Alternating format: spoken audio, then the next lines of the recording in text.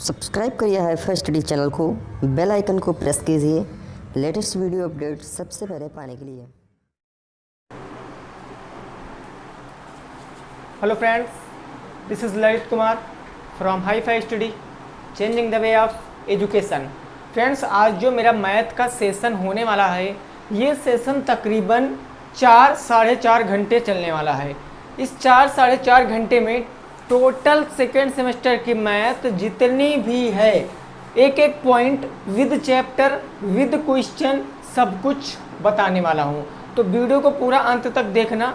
जैसा कि मैंने कल ही आपको बता दिया था, कल मतलब कि इससे पहले वाली वीडियो में, कि सभी लोग मोटा वाला रिचार्ज करवा लीजिए, फ़ोन में लंबा सा रिचार्ज डलवा लीजिए, क्योंकि 5 तारीख से आपके पेपर हैं, टाइम बिल्कुल भी नहीं बचा है। आज आपकी 22 तारीख है, ठीक है ना। तो सभी साथी क्या करेंगे, वीडियो को जल्दी से सभी जितने भी ग्रुप हैं उनके फ़ोन में, अगर एजुकेशनल ग्रुप है तब उसमें वो ये वीडियो शेयर कर सकते हैं।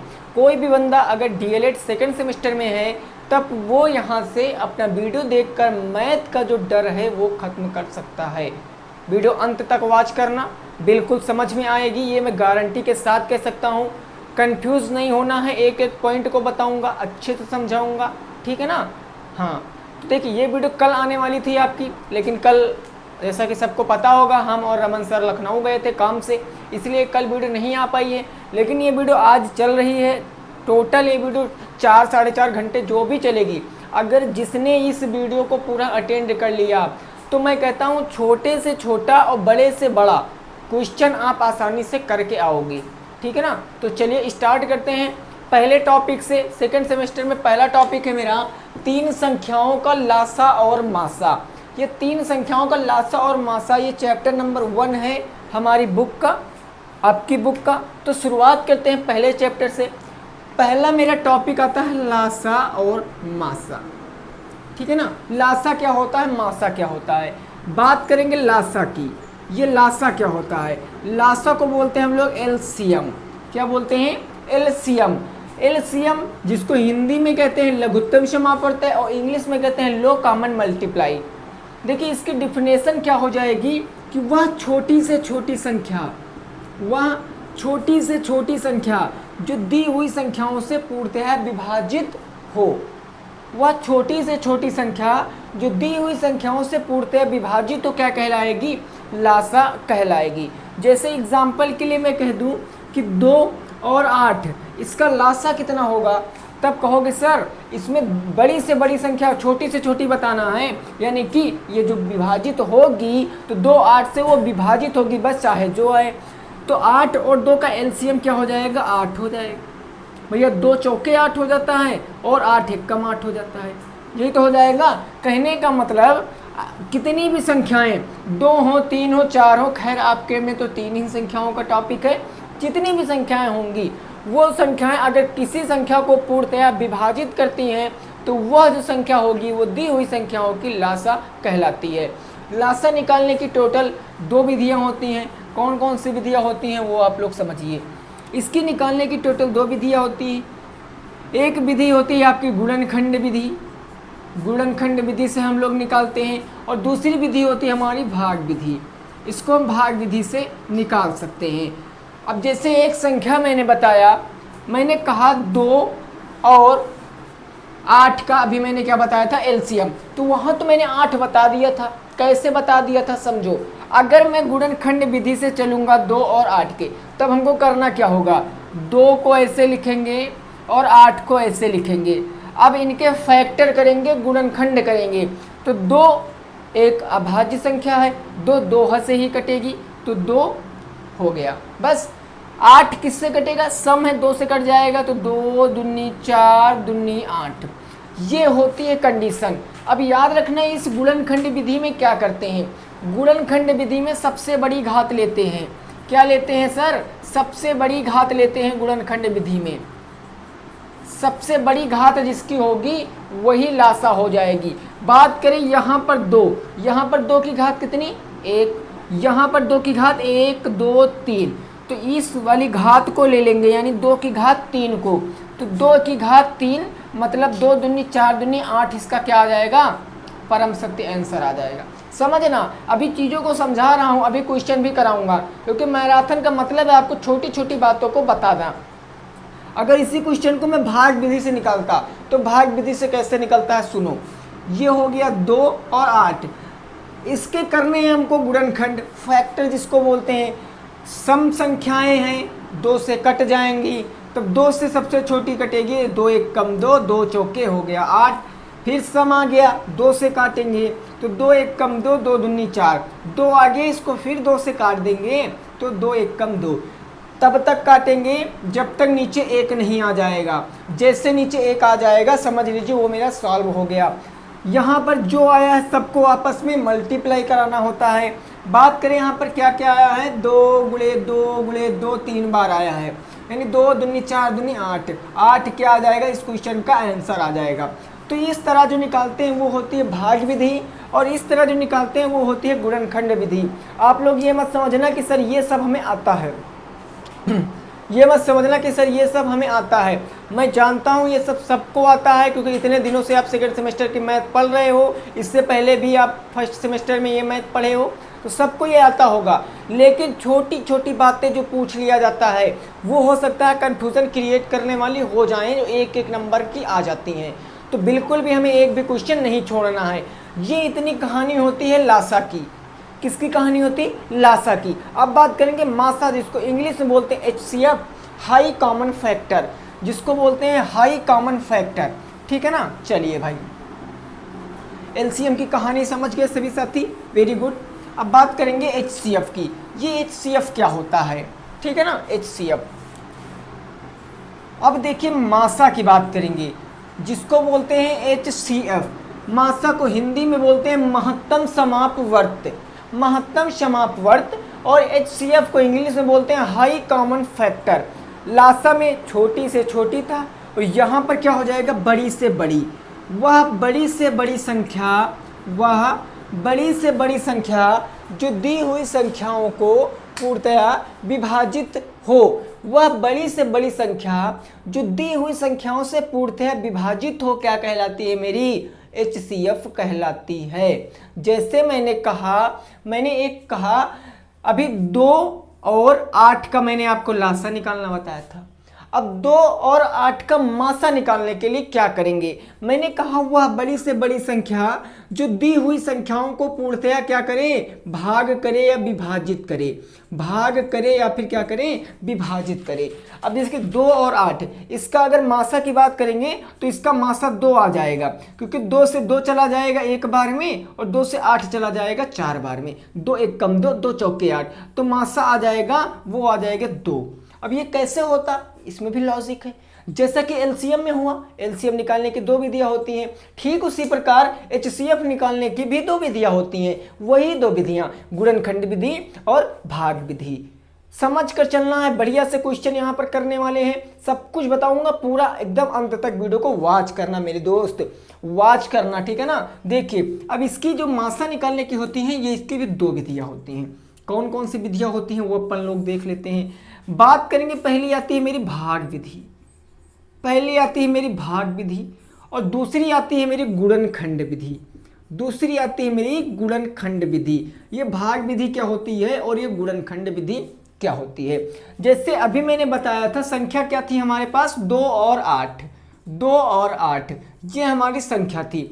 तो अगर भाग विधि से हम निकालेंगे 2 और 8 को, तो हमको पता है, जैसे मैंने यहाँ पर कह दिया कि 8 को 2 से भाग करिए, 8 को 2 से क्या करिए, भाग करिए, तब आपको पता है कि 8 बड़ी संख्या है, इसको हम छोटी संख्या से क्या करेंगे, भाग करेंगे। वही काम मेरे दोस्त, जो बड़ी संख्या होगी, बड़ी संख्या 8 है, इसको हमको भाग करना है छोटी संख्या से।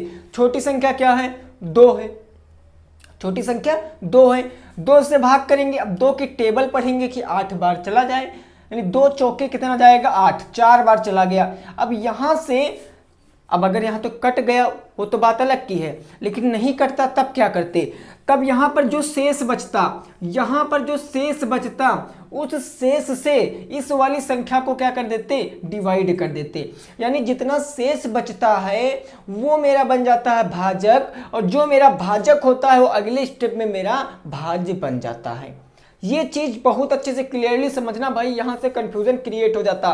तो यहाँ से तो खैर चलिए, यहाँ से तो कट गया, यहाँ से तो एक बार में पूरा पूरा कट गया।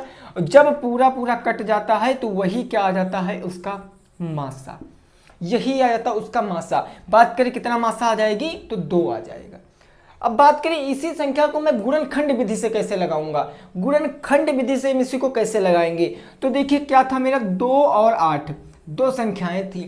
अब आपने लासा में गुणनखंड विधि सीखा है, कैसे निकालते, फैक्टर करके, गुणनखंड करके। जिस प्रकार लासा में आप भाग विधि का प्रयोग करते थे, ठीक उसी प्रकार आप मासा में गुणनखंड विधि का प्रयोग करोगे। बस शर्त यही होती है कि जितनी संख्याएं दी होंगी सबका आपको अलग अलग फैक्टर करना पड़ेगा। यहाँ पर 2 संख्याएं हैं, अब 2 को आप अगर गुणनखंड विधि से निकालोगे तो 2 भैया 2 का कितना आ जाएगा, 2 का 1 आ जाएगा, और 8 का कितना आ जाएगा, 8 का 2 दूनी 4 दूनी 8, यही तो गुणनखंड होंगे। मासा में याद रखना, लासा में बताया था बड़ी घात, और मासा में हमेशा लेंगे छोटी घात, मासा में हमेशा लेंगे छोटी घात। बस इतनी सी बात होती है, आप लोग जान जाइए कि लासा में लेते हैं बड़ी घात और मासा में लेते हैं छोटी घात। जैसे यहाँ पर छोटी घात करें 2 यहाँ पर 1 बार है और 2 यहाँ पर 3 बार है, तो 2 1 बार कम है कि 2 3 बार कम है। आप कहोगे सर 2 1 बार कम है, अर्थात यहाँ पर HCF कितना आ जाएगा, तो HCF 2 आ जाएगा इस क्वेश्चन का राइट आंसर। HCF 2 आ जाएगा इस क्वेश्चन का राइट आंसर। चीजें क्लियर हैं, मजा आ रहा कि नहीं आ रहा है, इतना समझ गए हो। अब देखिए क्वेश्चन करेंगे, ठीक है ना, बहुत प्यार से समझना, चीजें बहुत समझ में आएंगी। Clear, okay.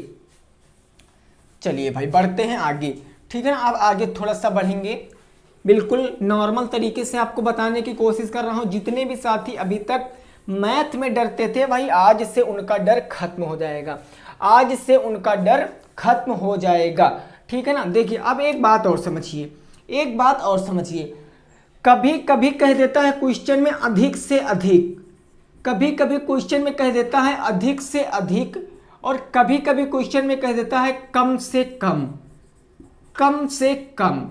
तो यहां से कुछ साथी मेरे क्या होते हैं, कंफ्यूज हो जाते हैं कि अधिक से अधिक में हम लोग क्या करेंगे और कम से कम में क्या करेंगे। देखिए अधिक से अधिक का मतलब क्या होता है, बड़ी से बड़ी।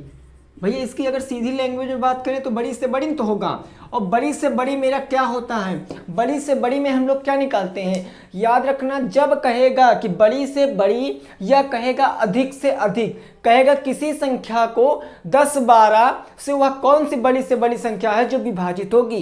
तो जब बड़ी से बड़ी या फिर अधिक से अधिक कहेगा, तब हमेशा मेरे दोस्त वहां पर आपको HCF निकालना पड़ेगा, हमेशा वहां पर आपको HCF ही निकालना पड़ेगा। और जब आपको कम से कम कहेगा, क्या कहेगा, कम से कम, कम से कम कहेगा तब, या फिर वहां पर कहेगा छोटी से छोटी, इसका मतलब यही तो हो गया, कम से कम का मतलब छोटी से छोटी। भाई कम होगा छोटी होगी, और जब छोटी से छोटी आता है तब क्या निकालते हैं, LCM निकालते हैं। ये 2 बातें दिमाग में ध्यान करके चलना कि जब कम से कम या छोटी से छोटी कहेगा तब LCM निकालेंगे, और जब अधिक से अधिक या बड़ी से बड़ी कहेगा तो डियर स्टूडेंट वहां पर हम लोग HCF निकाल लेंगे। क्लियर है ना। चलिए भाई अब सीधे क्वेश्चन पे आते हैं। अब क्वेश्चन पे आएंगे, देखिए हर एक चैप्टर का सार आपको बताना बहुत जरूरी है कि आखिर क्या क्या होता है, कैसे चीजें होती हैं। पूरी आज मैथ खत्म करेंगे विद टॉपिक विद क्वेश्चन, ठीक है ना। चलिए शुरुआत करते हैं पहले क्वेश्चन से। पहला क्वेश्चन दिया गया 12 और 16 का लासा, ठीक है ना, 12 और 16 का लासा। छोटे छोटे क्वेश्चन से शुरुआत करेंगे भाई, 12 और 16 का लासा। अब बताइए 12 और 16 का लासा क्या हो जाएगा। अब देखिए आपको पता लासा निकालने की 2 विधियां हैं। जब क्वेश्चन में प्रॉपर कहेगा कि 12 और 16 का लासा गुणनखंड विधि से निकालिए, तब आपको पेपर में गुणनखंड विधि से निकालना है। और जब कहेगा कि 12 और 16 का लासा भाग विधि से निकालिए, तब आपको भाग विधि से निकालना है। लेकिन अगर वहां पर केवल कहा गया कि 12 16 का लासा क्या होगा, कोई भी विधि आप वहां पर लगा सकते हो, नंबर कटने वाले मेरे दोस्त नहीं हैं। मैं यहां पर आपको दोनों विधि से बताऊंगा क्या हो सकता है, सब कुछ चीजें समझाऊंगा, बस आप बने रहना, ठीक है ना। अगर मैं बात करूं 12 और 16 का लासा की, 12 और 16 के लासा की, तो अगर मैं यहां पर गुणनखंड विधि की बात करूं, किसकी बात करूं सर, गुणनखंड विधि की, और यहाँ पर मैं बात करूँगा भाग विधि की। भाग विधि की दोनों विधियों को बताऊंगा, टेंशन मत लेना। संख्या है 12 और 16, गुणनखंड जब कभी लासा कहेगा तब क्या करेंगे, गुणनखंड कैसे करते हैं। ये हो गया मेरा 12 और ये हो गया मेरा 16, ये हो गया 12, ये हो गया 16। 12 के फैक्टर यानी कि होता है 2 दूनी 4 तिया 12, यही तो होता है 2 दूनी 4 तिया 12। और 16 का क्या होता है 2 दूनी 4 दूनी 8 दूनी 16। ऐसे तो होता है फैक्टर, इसे होता है फैक्टर। बस मेरे दोस्त खत्म काम, एकदम खत्म काम। कैसे देखो, 2 की घात कितनी है, कितनी बार आया, एक एक 2 बार, इसको हम 2 की घात 2 कह सकते हैं गुणे। 3 कितनी बार आया है, 1 बार आया है, तो 3 की घात 1 ही कह सकते हैं। 2 कितनी बार आया है, 1 2 3 4, तो 2 की घात कितनी आ जाएगी, 2 आ जाएगी। 3 तो आया नहीं है। अब मैंने अभी बताया था कि अगर एलसीएम की बात करता है तो कौन सी घात लेते हैं, हमेशा मेरे दोस्त बड़ी घात लेते हैं। कौन सी घात लेते हैं, बड़ी घात लेते हैं, कितनी भी संख्याएं हो। ये भी तो 2 संख्याएं बता रहा हूं, अभी 3 4 5 10 संख्याओं के ऐसे सॉल्व करते हो आसानी से। यहाँ 12 और 16, 12 16 का क्या होगा कि यहाँ पर बड़ी घात 2 कितनी बार आया, तो 2 बार आया। लेकिन यहाँ पर 2 कितनी बार आया, 1 2 3 4, यहाँ पर 2 4 बार आया। तो 2 की घात 2 बड़ी है कि 2 की घात 4 बड़ी है। अब कहोगे सर 2 की घात 4 बड़ी है, तो एलसीएम भैया हमारा क्या हो जाएगा, एलसीएम हो जाएगा 2 की घात 4। 2 की घात 4 क्या हो जाएगा एलसीएम। अब बात करें 3 की, 3 यहां पर तो है नहीं, लेकिन 3 यहां पर नहीं है, यहां पर है। 3 यहां पर है, यहां पर नहीं है, कोई दिक्कत नहीं। 3 की छोटी घात 1 ही हो जाएगी, तो इसको एक बार अपन लोग लिख लेंगे।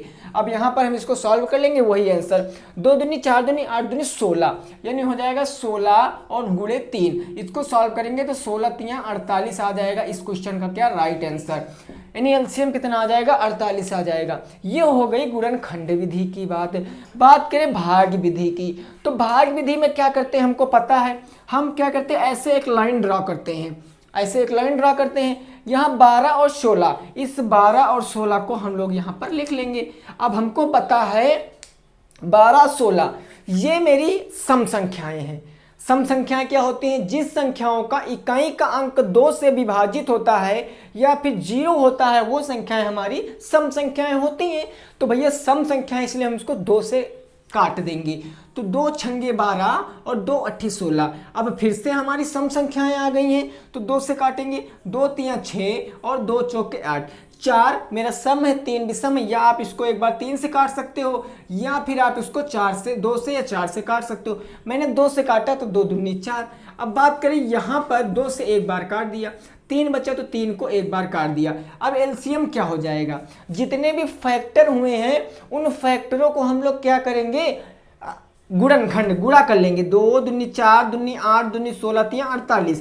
कहने का मतलब 2 गुणे 2 गुणे 2 गुणे 2 गुणे 3, इतना ही तो आया है। 2 गुणे 2 गुणे 2 गुणे 2 गुणे 3, इतना ही तो आया है। सबका गुणा कराएंगे, 2 दूनी 4 दूनी 8 दूनी 16 तिया 48। 48 क्या आ जाएगा, इस क्वेश्चन का राइट आंसर आ जाएगा। तो आप लोग देख सकते हो, चाहे भाग विधि से लगाइए चाहे गुणनखंड विधि से लगाइए, 48 आपका आंसर सेम आ रहा है। तो ये थी भाई मेरी गुणनखंड विधि और ये थी मेरी भाग विधि। आगे क्वेश्चन डिस्कस करते हैं, दूसरे क्वेश्चन पे बढ़ते हैं। समझ कर चलना, एक भी एक्सरसाइज भी सॉल्व कराऊंगा। अब देखिए, अब आपने 2 अंकों वाले समझ लिए, ऐसे ही 3 अंकों वाले कैसे करेंगे वो चीज समझते हैं, ठीक है ना। 3 अंकों वाले ऐसे कैसे करते हैं वो भी चीज समझेंगे। चलिए भाई बात करते हैं 3 अंकों वाली। Very good.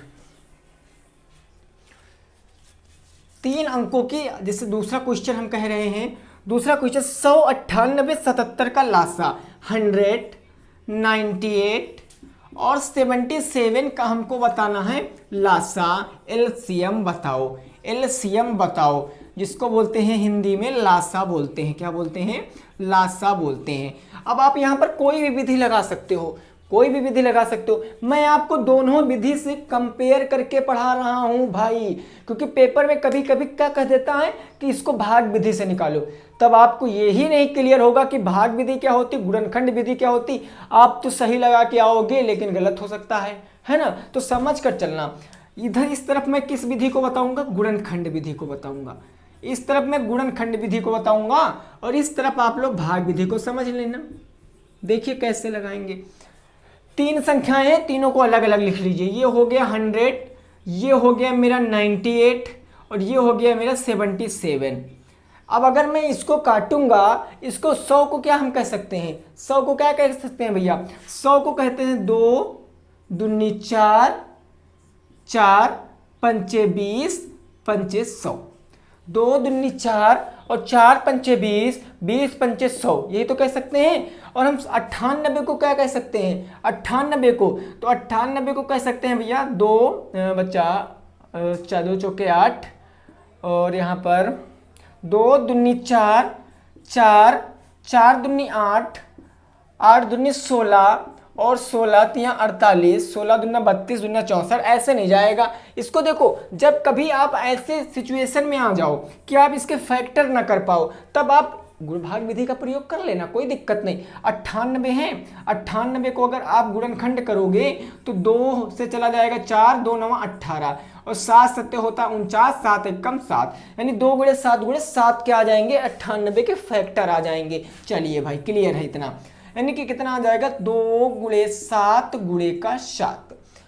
77 की बात करें तो ये 7 से कटेगा 7, फिर 11 7 77, ठीक है ना। अब देखिए, अब यहां पर बात करें, यहां पर तो सबसे पहले मैं इसको क्या कह सकता हूं, 2 की घात 2 गुणे 5 की घात 2, इसको मैं कह सकता हूं 2 की घात 2 गुणे 5 की घात 2, यही तो कह सकता हूं। और इसको क्या कह सकता हूं, 2 की घात 1 गुणे 7 की घात 2, 2 की घात 1 गुणे 7 की घात 2, और इसको क्या कह सकता हूं 7 गुणे 11, यानी 7 की घात 1 और 11 की घात 1, यही तो कह सकता हूं। अब हमको पता है यहां पर हमसे लासा पूछा है और कौन सी घात लेनी है, हमें बड़ी घात लेनी है, बस बड़ी घात लेनी है बस। मैं सबसे पहले बात करूं यहां पर 2 की, यहां पर 2 की घात 2 है, यहां पर 2 की घात 1 है, यहां 2 नहीं, तो 2 की घात 2 बड़ी है ना, तो 2 की घात 2 को सबसे पहले लिख लेंगे। 2 की घात 2 गुणे का चिन्ह लगाएंगे। यहां पर 5 की घात 2 है, यहां पर कहीं है नहीं, तो 5 की घात 2 सबसे बड़ी हो जाएगी, तो 5 की घात 2। बात करें यहां पर 7 की घात 2 है, यहां पर 7 की घात 1 है, तो 2 घात बड़ी है कि 1 घात बड़ी, तो सर 7 की घात 2 बड़ी है। 11 की घात 1 है, तो 11 की घात 1 ही सबसे बड़ी है। अब यहां पर इसको सॉल्व कर लेंगे। 2 दूनी होता है भैया 4 और 4 पंजे हो जाता है 20, यहाँ 25 हो जाएगा 25, और यहां हो जाएगा 49 और गुणे हो जाएगा 11। 25 चौके 100 और 100 का अगर 49 से गुणा करेंगे तो 4900 आ जाएगा। कितना आ जाएगा 4900, और 4900 गुणे 11 कराएंगे तब कितना आ जाएगा आप लोग बता सकते हो। 4900 गुणे 11 कराएंगे तो भैया कितना आ जाएगा आप लोग बता सकते हो। तो क्या आएगा सर, क्या आएगा 53900 आ जाएगा। कितना आ जाएगा 53900 आ जाएगा, 53900 आ जाएगा। गुणा करा के देख सकते हो, ठीक है ना। अगर मैं यहाँ से गुणा कराने चलूंगा 4900 का गुणा अगर मैं 11 से कराऊंगा 0 0 9 4 0 0 9 और 4, यहाँ आ जाएगा 0 0 9 और 9 4 13, 4 1 5, 53900 आ गया। 53900 यहाँ पर लिखा है, तो कहने का मतलब 53900 क्या आ जाएगा, इस क्वेश्चन का राइट आंसर आ जाएगा। 53900 क्या आ जाएगा, इस क्वेश्चन का राइट आंसर आ जाएगा। तो ये थी हमारी कौन सी विधि, गुणनखंड विधि। देखिए पूरा बेसिक से ले चल रहा हूं। अगर आपने इन चीजों को नहीं समझा तो बहुत ज्यादा प्रॉब्लम क्रिएट हो जाएगी, और अगर आपने इस वीडियो को पूरा अटेंड कर लिया 4th सेमेस्टर तक के मैथ को आप हल कर सकते हो, गारंटी दे रहे हैं। अब बात करेंगे भाग विधि की। किस विधि की, भाग विधि की। संख्याएं कौन कौन सी थी, 100 98 77। तो यहाँ पर 100 लिखेंगे, 98 लिखेंगे एंड 77 लिखेंगे। इसके लाइन ड्रा करेंगे और हमको इसके गुणनखंड करना है। इसको 2 से काट सकते हैं, सम है 2, तो 2 पंजे 10, 50 आ गया, 2 चौके 8 49 आ गया, और 77 कटने वाला है नहीं। इसको हम किससे काटेंगे, 2 से काट सकते हैं, तो 25 दूना हो जाएगा 50, 49 कटेगा नहीं, ये हो गया 77। 25 को हम 5 से काट सकते हैं, 5 पंजे 25, 49 भैया कटेगा नहीं 5 से, 77 भी नहीं कटेगा। 5 को एक बार 5 से काट सकते हैं, 49 कटेगा नहीं, और 77 भी नहीं कटेगा। 7 से काटेंगे तो 7 7 49, 7 एकम 7, 7 एकम 7, 7 से एक बार 7 को काट सकते हैं, 11 बच गया, 11 से 11 को काटेंगे भाई, 11 से 11 को काटेंगे। तो हमारे क्या आगे भाग विधि से गुणनखंड 2 दूनी 4, पंचे 20, पंचे 100, सत्ते 700, 700 सत्ते 4900, 4900 ग्रहम 53,900, यानी इसका गुणा करोगे तब भी आ जाएगा 53,900। इस क्वेश्चन का क्या आ जाएगा, परम सत्य आंसर आ जाएगा। तो ये होती है मेरी भाग विधि और ये होती है मेरी गुणनखंड विधि। तो आशा करते हैं आपको भाग विधि गुणनखंड विधि से लासा निकालना तो क्लियरली समझ में आ ही गया होगा। कुछ अब मासा की बात कर लेते हैं, मासा के कुछ क्वेश्चनों की बात कर लेते हैं, ठीक है ना। चलिए भाई, क्लियर है दोस्तों, समझ कर चलना है, कुछ भी नहीं, क्वेश्चन में आसानी से लगा दोगे सभी क्वेश्चनों को आप लोग आसानी से लगा दोगे, ठीक है ना। चलिए अब इसमें टॉपिक को यहाँ से एंड कर रहा हूँ, मतलब साफ कर रहा हूँ। आप लोग तो जान गए हो मैं टॉपिक वाइज पढ़ रहा हूँ। चलिए भाई, जैसे यहाँ से मैं क्वेश्चन एक कह दूँ, क्वेश्चन मैंने कह दिया यहाँ से कि 17, 27, 35, 45 तथा 55 का लासा। ये भी क्वेश्चन आप कर लोगे, ये भी कर लोगे।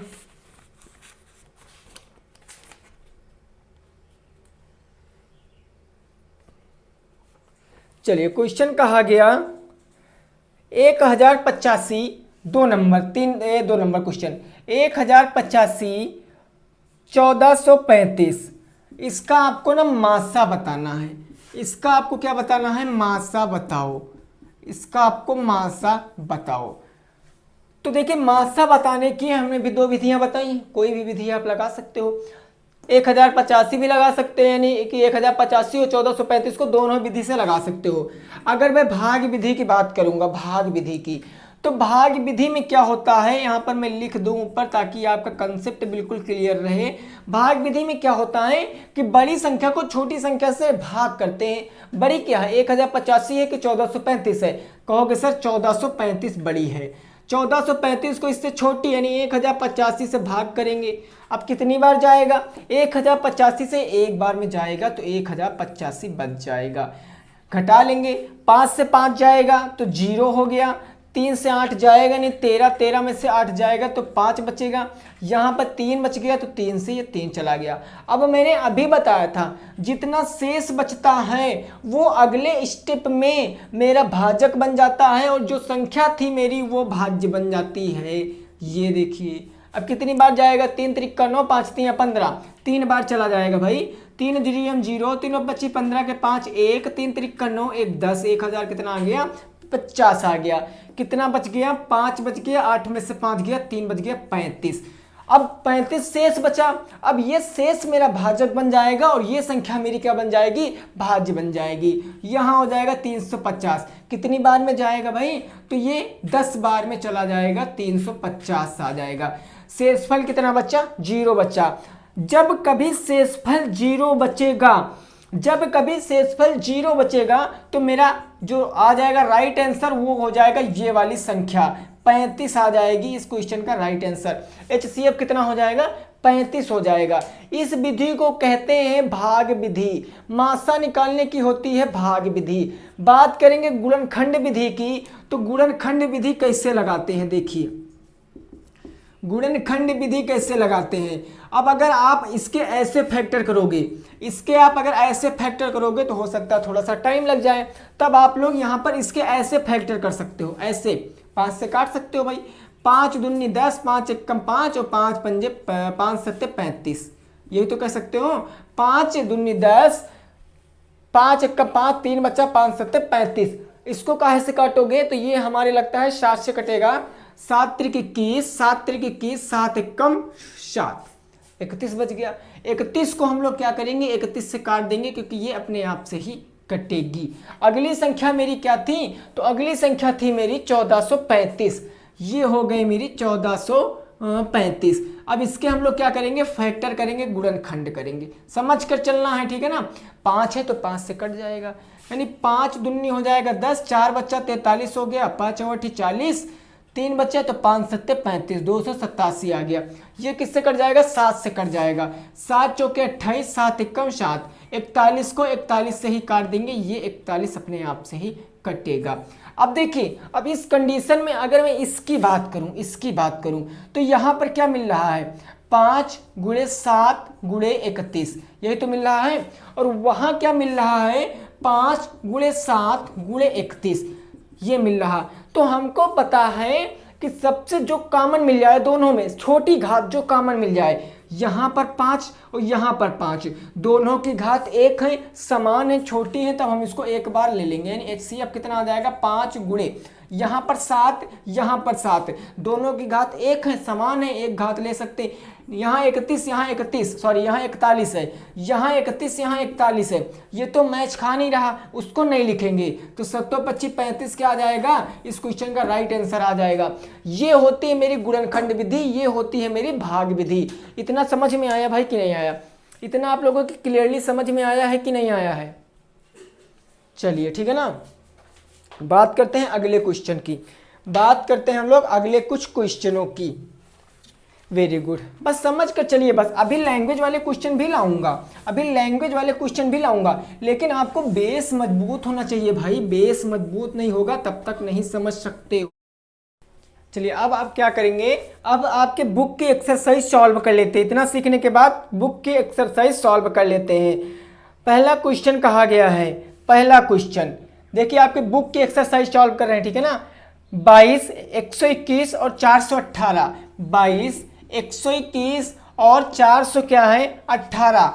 लासा बताना है आपको का LCM, यानी कि लासा बताओ। फटाफट से भाई सभी साथी लगाने का प्रयास करेंगे, ठीक है ना, सभी लोग इसको लगाने का प्रयास करेंगे। देखिए लासा निकालने की 2 विधियां, कोई एक विधि लगा दीजिए, क्या प्रॉब्लम है। कोई चाहे भाग विधि लगा दीजिए, चाहे गुणनखंड विधि लगा दीजिए। मैं बात करूंगा गुणनखंड विधि की, तो ये हो जाएगा मेरा 22, ये हो जाएगा मेरा 121, मैंने लिख लिया। फिर मैं लिख लूंगा 418, मैं गुणनखंड विधि का प्रयोग कर रहा हूं।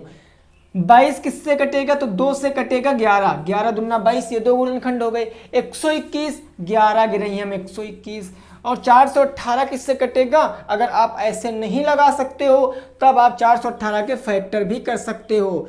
418 के फैक्टर करोगे तो 2 दूनी 4 और 2 9 18, 209 आ गया। ये किससे कटेगा भैया, तो 3 छंग 18, 2 बज गया 29, 7 से देख लेते, 7 दूनी 14, ये 29 हो गया, 2 दूनी 4 और 2 9 18, ठीक है ना, 418। अब ये किससे कटेगा, 7 से हो गया, 9 दूनी 18, 2 बच गया 29 हो गया। अब ये मेरी 11 से कट जाएगी, 11 एकम 11, 9 बचा 99, 11 9 99, 19 से तो 19 एकम 19। ये मेरे 418 के फैक्टर क्या आ गए, तो आगे 2 × 11 × का 19। अब हमको बड़ी घात लेनी थी तो बड़ी घात लेंगे। यहाँ पर 2 एक बार, यहाँ पर 2 है नहीं, यहाँ पर 2 एक बार, तो 2 को एक बार लिख लेंगे। यहाँ पर 11 एक बार, यहाँ पर 11 2 बार, यहाँ पर 11 एक बार, तो 11 का वर्ग यानी कि 11 की पावर 2। यहाँ पर 19 बच्चा, और कहीं 19 नहीं तो 19 यही रहेगा। यानी कि ये हो जाएगा 2 × 11 गिरे हम 121 और गुणे का हो जाएगा 19। इसका मल्टीप्लाई कराओगे तो 21 दूना होता है भैया 242। 242 का अगर 19 से गुणा करोगे तो कितना आ जाएगा, सभी लोग बताइए। 242 अगर ऐसे नहीं कर पा रहे हो तब आप इधर मल्टीप्लाई करा लेना, थोड़ा टाइम लग जाएगा लेकिन आप आसानी से कर पाओगे। 19 दूना 38 के 8 हासिल आ गया 3, 19 चौके 76, 76 77 78 79 के 9 हासिल आ गया 7 भाई आ गया। 19 दूना 38, 38 38 2 40, 40 5 45, कितना आ गया 45 98। तो राइट आंसर क्या आ जाएगा 4598, 45 98 इस क्वेश्चन का राइट आंसर आ जाएगा। तो आप लोग चेक कर सकते हो, ठीक है ना, कितना आ जाएगा 45 98।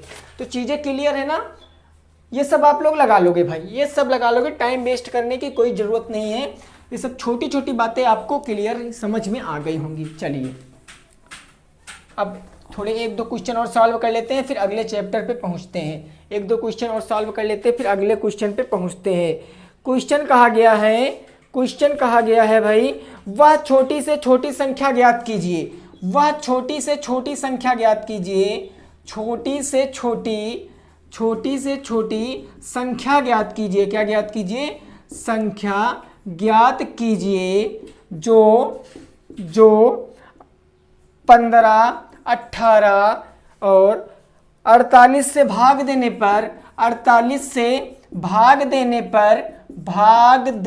पर प्रत्येक स्थिति में, प्रत्येक दशा में या स्थिति में 7 शेष बचे, 3 शेष बचे, 3 शेष बचे। कितना शेष बचे? 3 शेष बचे। अब जब क्वेश्चन ऐसे आ जाता है तो बहुत ज़्यादा कंफ्यूज हो जाते हैं लोग कि सर यहाँ पर मैं क्या लगाऊं, यहाँ पर मैं क्या लगाऊं। तो देखिए एक चीज़ समझिए आप लोग, जब छोटी से छोटी कहेगा, बात को जरा गौर से समझना, छोटी से छोटी कहेगा तो समझ जाना छोटी से छोटी का मतलब हमेशा लासा निकालना होता है। और जब क्वेश्चन ऐसे कहेगा कि कुछ शेष बचने के लिए कहेगा छोटी से छोटी या फिर कम से कम और कुछ शेष बचने के लिए कहेगा, तो एक बात याद रखना, इसको आपको पहले नहीं घटाना है, इसको ना तो आपको पहले जोड़ना है ना तो पहले घटाना है, ये क्रिया बाद की करेंगे। संख्याएं जितनी भी हैं उनका पहले आपको लासा निकालना है, क्योंकि छोटी से छोटी का मतलब लासा ही कहते हैं। संख्याएं कौन कौन सी हैं भाई? तो संख्याएं हैं आपकी कितनी है? 15, 18 और क्या है? 48। ये 3 संख्याएं। अगर इन 3 संख्याओं का मैं लासा निकालूंगा तो कितना आ जाएगा? आप लोग जानते हो कि सर अगर मैं 15 और 18 और 48 के गुणनखंड करूंगा, लासा निकालूंगा, 15 का होता है तीनों पक्षी 15, 18 का होता है 2 3 6 त्रिक 18, 48 का होता है 2 दूना 4 3 12 और 12 दूना 24 दूना 48, 2 दूना 4 दूना 8 दूना 16 3 48। ये होते हैं इसके। अब मैं बात करूं यहाँ पर, मैं एलसीएम की बात करूं कि यहाँ पर लासा क्या हो जाएगा। लासा क्यों निकाल रहे हैं? क्योंकि छोटी से छोटी कहा गया इसलिए लासा निकाल रहे हैं। तो देखो यहाँ पर 3 एक बार, यहाँ पर 3 एक बार, यहाँ पर 3 एक बार, तो 3 की घात 1 सबसे छोटी हो जाएगी। यहाँ पर 5 एक बार, यहाँ पर 5 नहीं, यहाँ पर 5 नहीं, तो 5 को यहाँ पर लिख लेंगे। अब बात करें 2 की, 2 की घात यहाँ पर कुछ नहीं है, यहाँ पर 1 है और यहाँ पर 1 2 3 4, यहाँ पर 2 की घात 4 है, तो 2 की घात कितनी हो जाएगी? 4 हो जाएगी। यही सॉल्व कर लेंगे, यानी 3 5 3 15 और 2 की घात 4 का मतलब 2 दूनी 4 दूनी 8 दूनी 16। इसको मल्टीप्लाई कराएंगे, 16 पंचे 80 का 0 हासिल आ गया 8, 16 एकम 16, 16 8 14 24, 240 क्या आ गया मेरा? एलसीएम आ गया। 240 मेरा क्या आ गया? एलसीएम आ गया। अब आप कहोगे सर यही हमारा आंसर है, यही आंसर है। तो नहीं दोस्त, इस कंडीशन में मेरा आंसर ये नहीं होगा। जब कभी शेष बात करेगा बचने के लिए तो जो लासा आएगा उस लासा में उस संख्या को ऐड कर देंगे और जो आएगा वो हमारा आंसर होगा, क्योंकि 243 हमारा आंसर होगा। अब क्योंकि शेष 3 बचने के लिए कहेगा और लासा जो होगा वो तो सभी से डिवाइड होगा, यानी 240 जो आया है ये 15 से भी डिवाइड होगा, 18 से भी डिवाइड होगा, 48 से भी डिवाइड होगा। लेकिन जब 3 जोड़ देंगे तो इसमें प्रत्येक दशा में 3 बच जाएगा। तो ऐसा होता है कुछ लॉजिक इस तरह के क्वेश्चनों में। नोट कर सकते हो, आंसर आएगा 243। 243 हमारा क्या आ जाएगा? राइट आंसर आ जाएगा। क्लियर है ना दोस्तों? 243 हमारा परम सत्य आंसर हो जाएगा। क्लियर ना? चलिए भाई, ओके।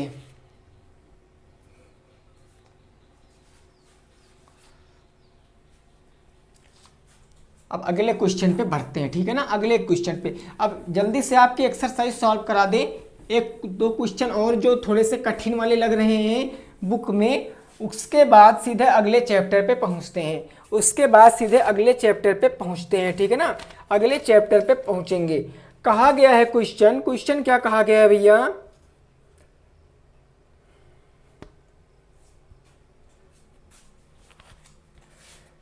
(216, 512 और 540) ये लास्ट क्वेश्चन होगा। 216, 512 और क्या कहा गया है? 540। 540 के गुणनखंड विधि द्वारा क्या करना है? गुणनखंड विधि द्वारा मासा ज्ञात करना है। गुणनखंड विधि द्वारा मासा ज्ञात करना है भैया, मासा यानी HCF ज्ञात करना है। अब बताओ HCF क्या हो जाएगा?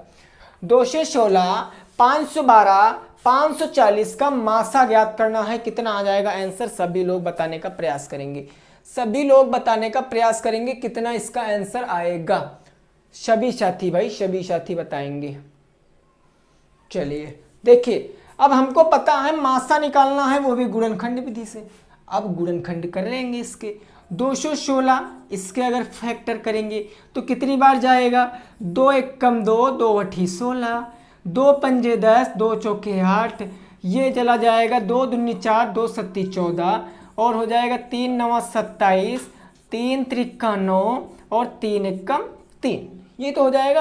यानी इसको हम क्या कह सकते हैं? इसको कह सकते हैं 2 की घात कितनी? 3 और 3 की घात 3, 2 की घात 3 और 3 की घात 3, 2 की घात 3 गुणे 3 की घात 3, ये कह सकते हैं। अगला है मेरा 512। 512 को अगर मैं गुणनखंड करूंगा, 2 सम है तो 2 से काट रहे हैं, ये चीज आपको पता होगा। 2 दूनी 4 और यहाँ बचा 2 पंची 10, 2 छंग 12, 2 एकम 2, 2 दूनी 4, 2 अठी 16, 2 छंग 12, 2 चौके 8, 2 तिया हो गया 6, 2 दूनी 4, यहाँ आ गया 16 दूना 32, और यहाँ आ गया 8 दूनी 16, और 2 चौके 8, 2 दूनी 4, 2 एकम कितना हो गया? 2 हो गया है। अब अगर बात करें यहाँ पर 2 कितनी बार आया? 1 2 3 4 5 6 7 8 9, 2 की पावर कितनी आ गई? 9 आ गई, 2 की पावर 9 आ गई। लास्ट है मेरा 540। 540 इसको अपन लोग सॉल्व करेंगे तो 2 दूनी हो गया 4, 2 सत्ती 14, 0, 2 एकम 2, 2 तिया 6, 2 पंचे 10, 5 दूनी 10 और 5 सत्ते 35, 3 त्रिका 3 9 हो गया 27, 3 त्रिक्की हो गया 9 और 3 एकम 3। यहां से भैया क्या आ गया? 2 आया है 2 बार, 3 आया है 3 बार, 2 आया है 2 बार, 3 आया है 3 बार और 5 आया है 5 बार, 1 बार। इतने में किसी को तो कोई दिक्कत नहीं है। हमको मात्रा बतानी है, और मात्रा में कौन सी घात लेते हैं? छोटी घात लेते हैं, मात्रा में छोटी घात लेते हैं। अब देखिए यहाँ पर बात करें 2 की, यहाँ पर 2 की पावर 3, यहाँ पर 2 की पावर 9 और यहाँ पर 2 की पावर 2, तीनों में कौन सी घात सबसे छोटी है? 2 की घात 3 छोटी है कि 2 की घात 9 छोटी है कि 2 की घात 2 छोटी है? आप कहोगे सर 2 की घात 2 सबसे छोटी है। मात्रा में सबसे छोटी घात यहाँ पर 2 की घात 3, यहाँ पर 2 की घात 9, यहाँ पर 2 की घात 2, तो 2 की घात सबसे छोटी कौन सी है? 2 है। और कुछ तो भैया मिल ही नहीं रहा। बात करें 3 की तो 3 इसमें है तो इसमें नहीं है, बात करें 5 की तो 5 उसमें है तो इन दोनों में नहीं, तो यही हो जाएगा। यानी 2 की घात 2 का मतलब 4, 4 आ जाएगा इसका परम शक्ति आंसर। मासा कितना आ जाएगा? 4 आ जाएगा। ऐसे क्वेश्चनों को आपको लगाना है, ऐसे क्वेश्चनों को आपको लगाना है। तो पहला चैप्टर हमने सीख लिया है। अभी चैप्टर खत्म होने के बाद क्वेश्चन सॉल्व करेंगे। क्वेश्चन सॉल्व करेंगे, टेंशन बिल्कुल भी मत लेना, ठीक है ना? क्वेश्चन सॉल्व करेंगे, टेंशन बिल्कुल भी मत लेना।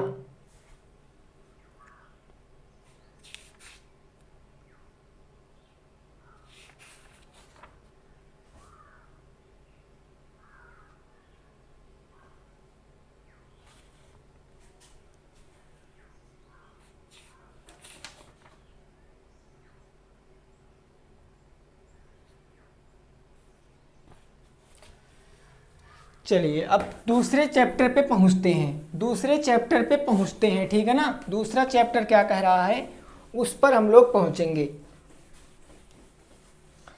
देखिए अब जो हमारा चैप्टर है, दूसरा चैप्टर आपके बुक में, वो है व्यंजकों का जोड़ घटाव गुणा भाग।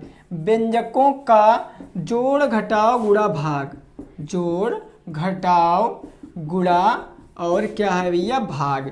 ये है मेरा चैप्टर नंबर 2, व्यंजकों का जोड़ घटाव गुणा भाग। इस चैप्टर को लगाने के लिए आपको एक नियम याद करना पड़ेगा, वी बोर्ड मास नियम। वी बोर्ड मास नियम ये क्या होता है?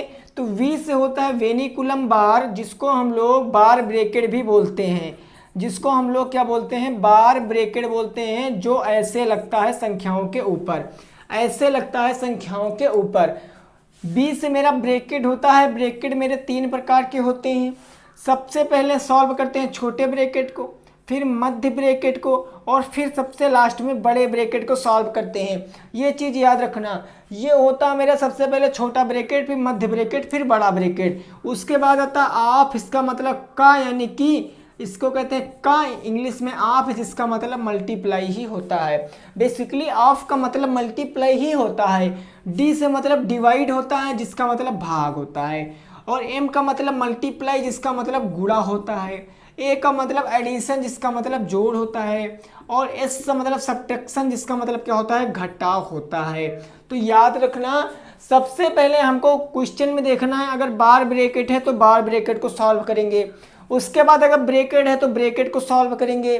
फिर अगर मेरा का है तो का को सॉल्व करेंगे। फिर भाग करेंगे, गुणा, घटाव, जोड़, और सबसे अंत में घटाव की क्रिया करेंगे। ये बस छोटी सी जानकारी चाहिए थी आपको इस चैप्टर में। बाकी इस चैप्टर में कुछ ऐसे क्वेश्चन नहीं आएंगे, कुछ बिंदु इसमें नहीं है, बस सीधे क्वेश्चन पेपर में आएंगे यहाँ से बस। बाकी एक भी क्वेश्चन यहाँ से आउट नहीं होगा, ठीक है ना। एक भी क्वेश्चन यहाँ से बाहर नहीं जाएगा, जो पढ़े हो इतना ही आ जाएगा। एक दो क्वेश्चन सॉल्व कर लेते हैं। जैसे मैंने कह दिया 100 माइनस मध्य ब्रैकेट, उसके अंदर 7 का 8 + 4 छोटा ब्रैकेट बंद, उसके बाद भैया भागे का है 5, ये ब्रैकेट बंद। अब इस क्वेश्चन का राइट आंसर क्या हो जाएगा? इस क्वेश्चन का भैया राइट आंसर क्या हो जाएगा? तो देखिए, अगर आप वी बोर्ड मॉस नियम से चलोगे तो सबसे पहले यहाँ पर हमको क्या करना है? वेनिकुलम बार खोजना है। वेनिकुलम बार तो है नहीं, यानी बार ब्रैकेट तो है नहीं है। तब क्या करेंगे? तब हमको करना है ब्रैकेट को सॉल्व, और ब्रैकेट में छोटे ब्रैकेट को सबसे सॉल्व पहले, और छोटे ब्रैकेट में का को सबसे पहले सॉल्व करेंगे, जोड़ेंगे नहीं। तो का मतलब गुणा, इसको हम ऐसे लिख सकते हैं 7 × 8 + का 4, ये ब्रैकेट बंद, और भागे का यहाँ 5 है यार, भागे का 5, और यहाँ माइनस का हो जाएगा 100। अब इसको सॉल्व करेंगे, तो देखिए 8 × 7 = 56, 56 में 4 जोड़ोगे कितना आ जाएगा? 56 में 4 जोड़ोगे कितना आ जाएगा? 60।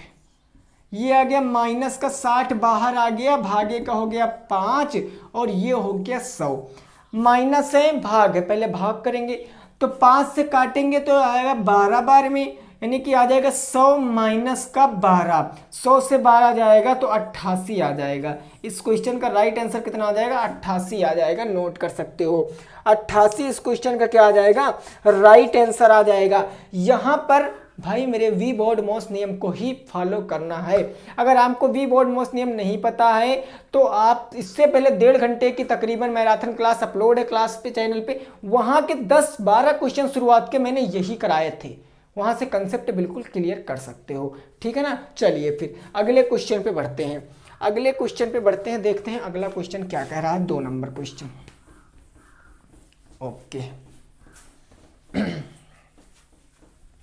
2 नंबर क्वेश्चन क्या कह रहा है वो हम लोग देखते हैं। 2 नंबर क्वेश्चन कह रहा है भाई, बड़े ब्रैकेट में है 6 माइनस, मध्य ब्रैकेट में है 2 × 5 माइनस, फिर है आपका छोटे ब्रैकेट में 2 × का 6, ये है उस पर बार ब्रैकेट, भागे का आपका है 2, और ये सभी ब्रैकेट आपके बंद हो गए। इसका राइट आंसर क्या हो जाएगा? सभी लोग बताना। देखिए सभी लोग प्रयास जरूर किया करो।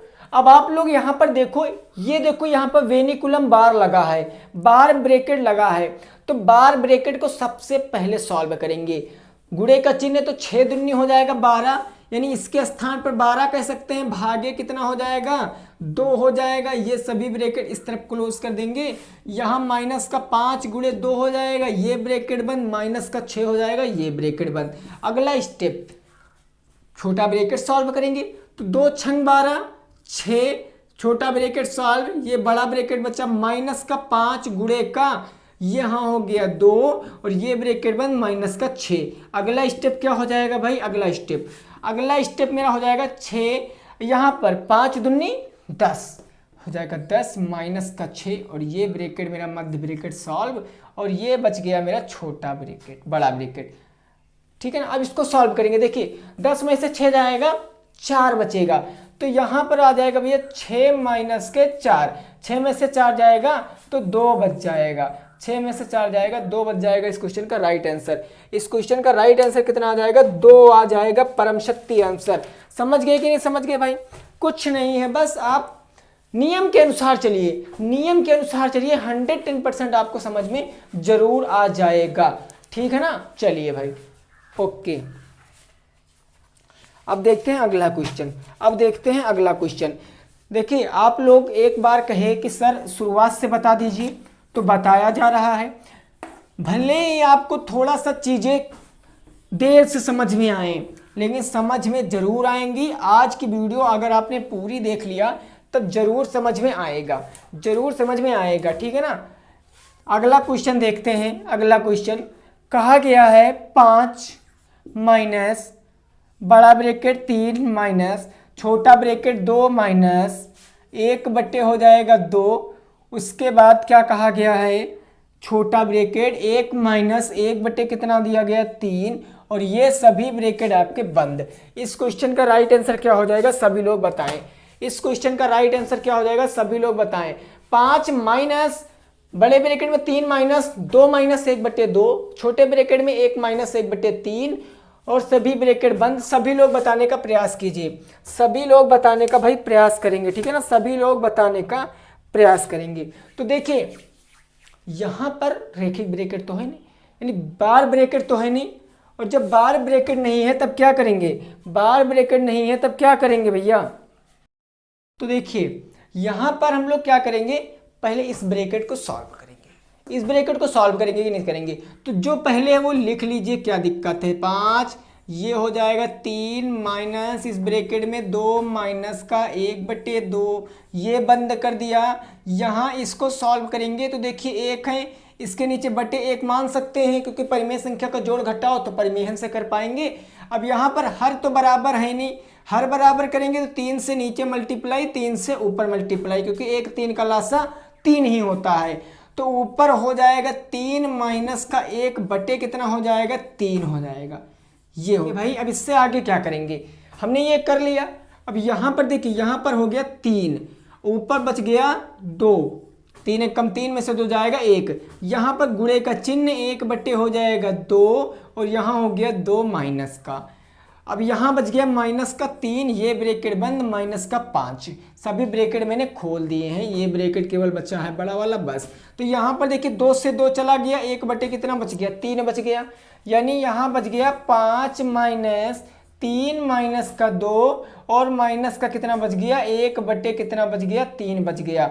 अब इसको घटाएंगे, बटे 1 मानेंगे, यहाँ पर 3 बनाने के लिए 3 से नीचे गुणा 3 से ऊपर गुणा, तो 3 दूनी 6, 6 में से 1 जाएगा 5 और नीचे 3, तो हो जाएगा 5 बटे 3, और माइनस का यहाँ पर बच जाएगा 3, ये ब्रैकेट बंद हो जाएगा, माइनस का बच जाएगा 5 बटे 1, 3 से नीचे गुणा तो 3 से ऊपर गुणा, 3 त्रिक का 9, 9 में से 5 जाएगा तो कितना बच जाएगा 4 बच जाएगा, यानी बच जाएगा 4 बटे 3 और माइनस का 5 बटे 1। अब यहाँ पर हर बराबर करेंगे तो यहाँ पर 3 से नीचे गुणा और 3 से ऊपर गुणा, तो यहाँ पर देखिए 3 आ गया भाई, 3 3 हर बराबर, और 5 3 15, 15 में से 11 जाएगा 4 जाएगा, तो 11 बटे 3 इस क्वेश्चन का राइट आंसर आ जाएगा। 11 बटे 3 इस क्वेश्चन का राइट आंसर आ जाएगा, नोट कर सकते हो, नोट कर सकते हो। इस क्वेश्चन का राइट आंसर 11 बटे 3 आ जाएगा, 11 बटे 3 आ जाएगा इस क्वेश्चन का राइट आंसर, ठीक है ना। चलिए भाई, ओके।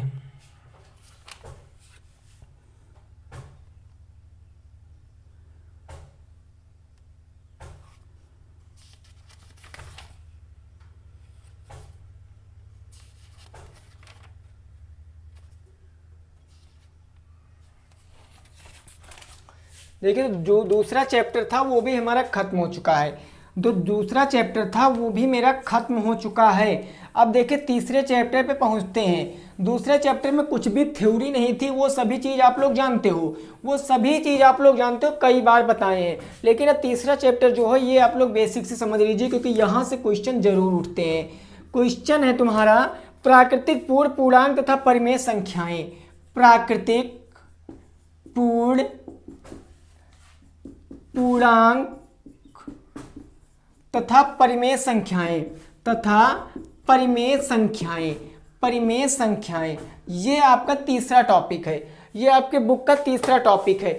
शुरुआत करेंगे हम लोग यहाँ से प्राकृतिक पूर्ण पूर्णांक तथा परिमेय संख्याओं से।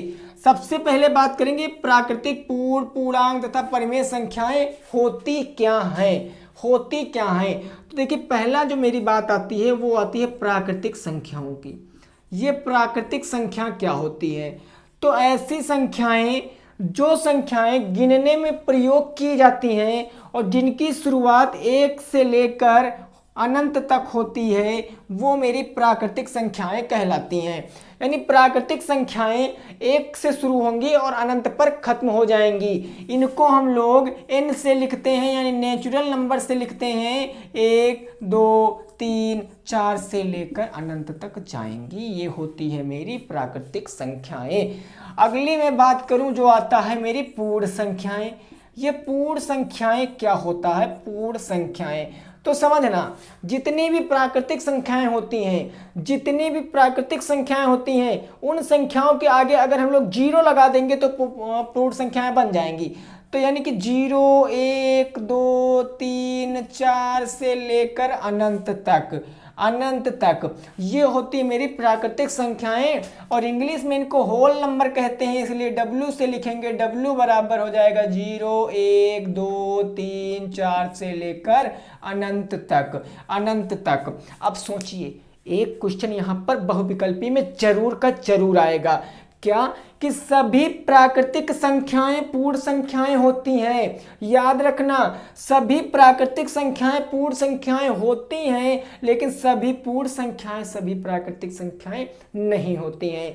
क्योंकि बात करें ये 1 से शुरुआत होता है और 1 से तो इसमें भी होता है, तो ये सभी तो पूर्ण हो गई, लेकिन क्या 0 इसमें है? अरे नहीं है, तो 0 तो मेरा प्राकृतिक हुआ नहीं।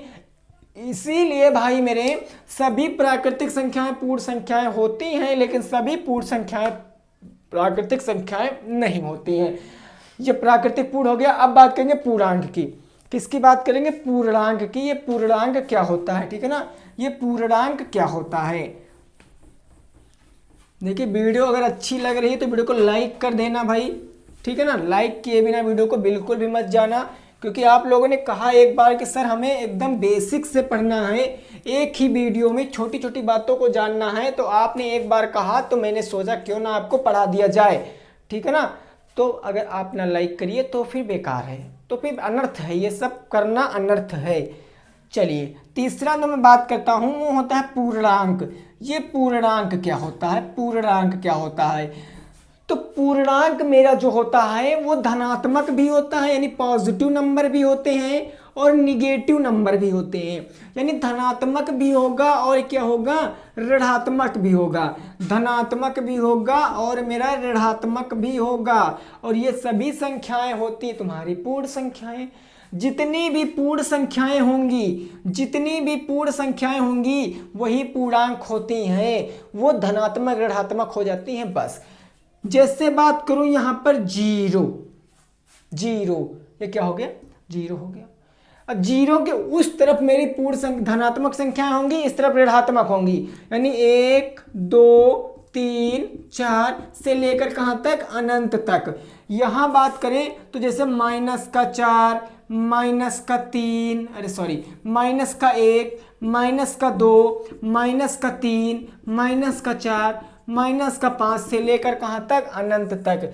ये होती है मेरी कौन सी संख्याएं? पूर्णांक होते हैं, जिनको इंटीजर्स कहते हैं। आई से लिखते हैं, आई बराबर -4 -3 -2 -1 0 1 2 3 4।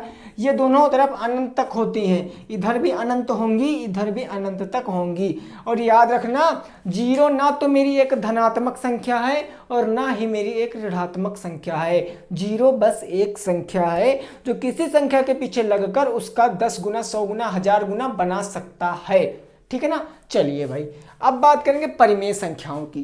किसकी बात करेंगे? परिमेय संख्याओं की, जिसको बोलते हैं होल नंबर, जिसको बोलते हैं रेशनल नंबर, जिसको बोलते हैं रेशनल नंबर। ये परिमेय संख्या क्या होती है? ये परिमेय संख्याएं क्या होती हैं?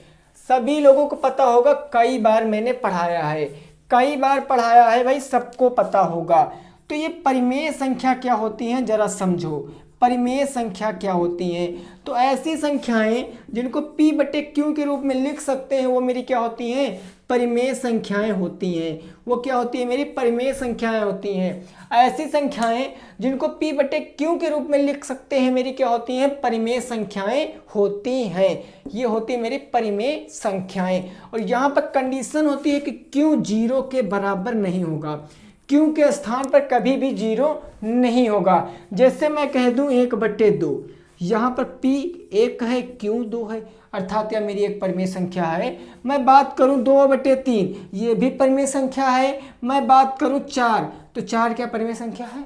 बिल्कुल है। सभी संख्याओं के नीचे बटे 1 मान के उनको परिमेय संख्याएं बनाया जा सकता है। उनको परिमेय संख्याएं बनाया जा सकता है। अब परिमेय संख्याएं आपकी दो प्रकार की होती हैं। एक होती शांत परिमेय और एक होती अशांत परिमेय, जिसको हम लोग दशमलव भी कह सकते हैं। ठीक है ना, दशमलव भी कह सकते हो, तो अलग की बात, ये आपके चैप्टर में नहीं, लेकिन बता देते हैं। शांत मतलब जो कुछ समय बाद रुक जाए भाग करने पर।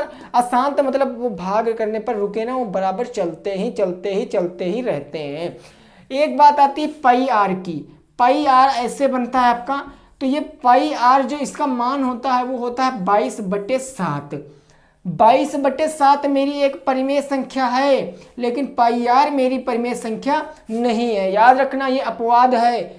22/7 मेरी एक परिमेय संख्या जो कि एक्चुअल में वैल्यू है इसकी, जो इसकी वैल्यू है 22/7 की परिमेय संख्या, लेकिन पाई आर मेरी परिमेय संख्या नहीं है दोस्तों।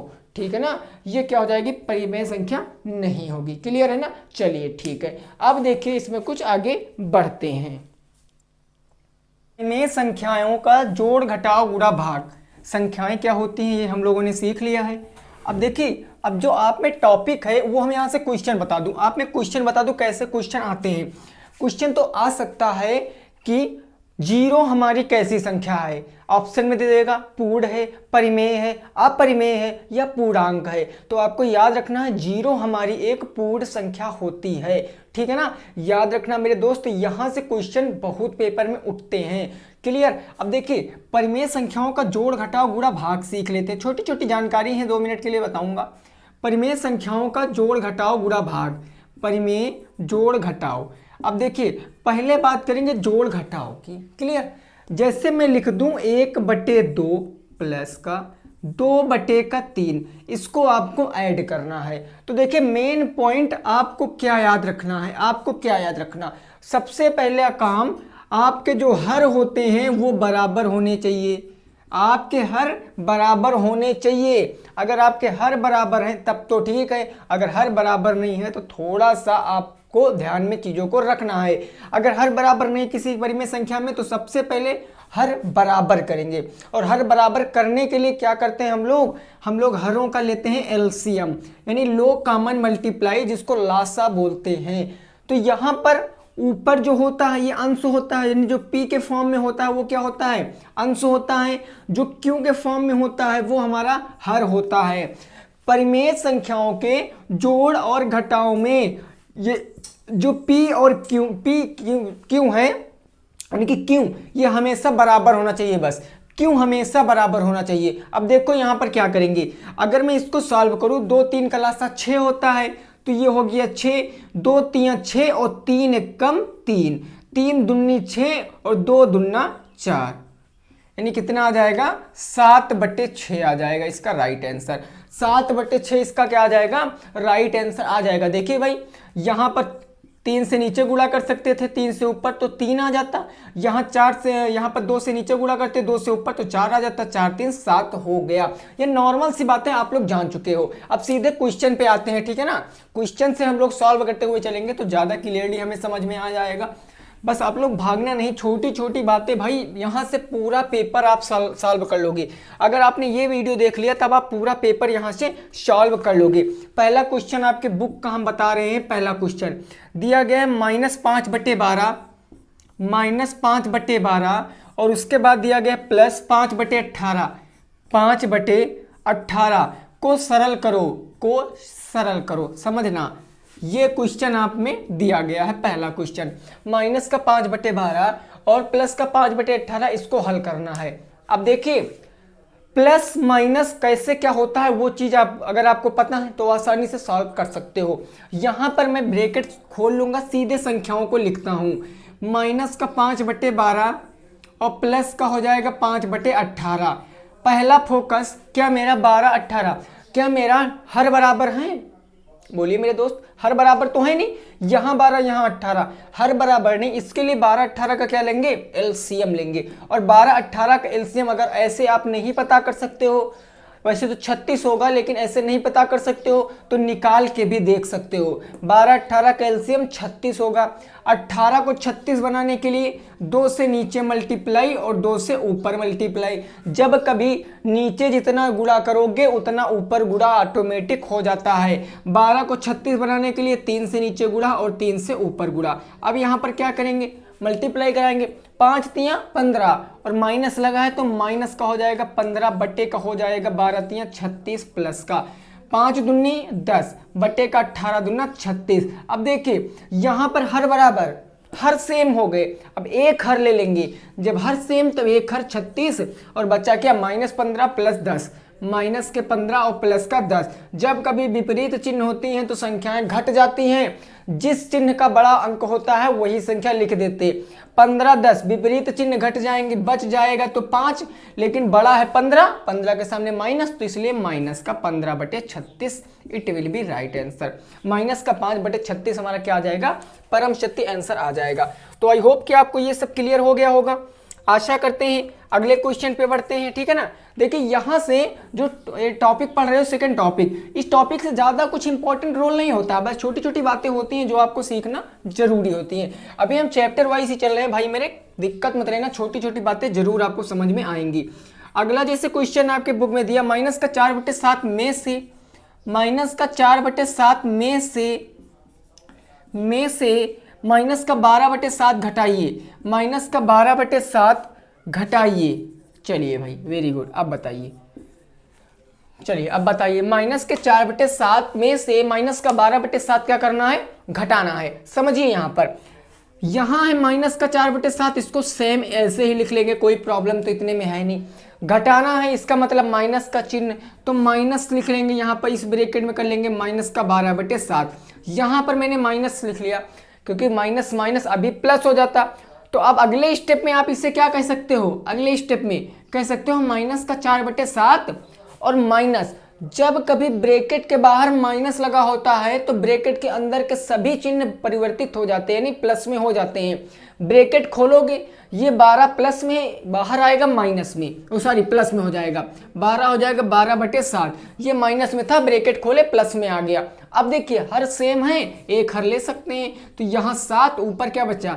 -4 प्लस का 12। अगर 12 में से 4 जाएगा, क्योंकि भैया विपरीत चिन्ह है और विपरीत चिन्ह होते हैं तब तो घट जाता है। 12 से 4 जाएगा तो बच जाएगा 8 बटे का 7, 8/7 हमारा राइट आंसर आ जाएगा। 8/7 it will be right answer. Clear ना दोस्तों? बोलिए कोई डाउट तो है नहीं, है ना। चलिए भाई अगले क्वेश्चन पे पहुंचते हैं। अगले क्वेश्चन पे बस ये नॉर्मल से क्वेश्चन है, इसमें कुछ भी नहीं भाई, सब कुछ पढ़े हो, सब कुछ पढ़े हो, लेकिन यह वीडियो आपका बहुत कंसेप्ट क्लियर करने वाली है, बहुत कंसेप्ट क्लियर करने वाली। अगर आज आप बोर होने लगना तो इस वीडियो को कल वहीं से आगे देख लेना, सब कुछ समझ में जरूर आ जाएगा। कहा गया है परिमेय संख्या -8/7 -8/7 और कहा गया है -14/-15 -14/-15 का गुणा करो।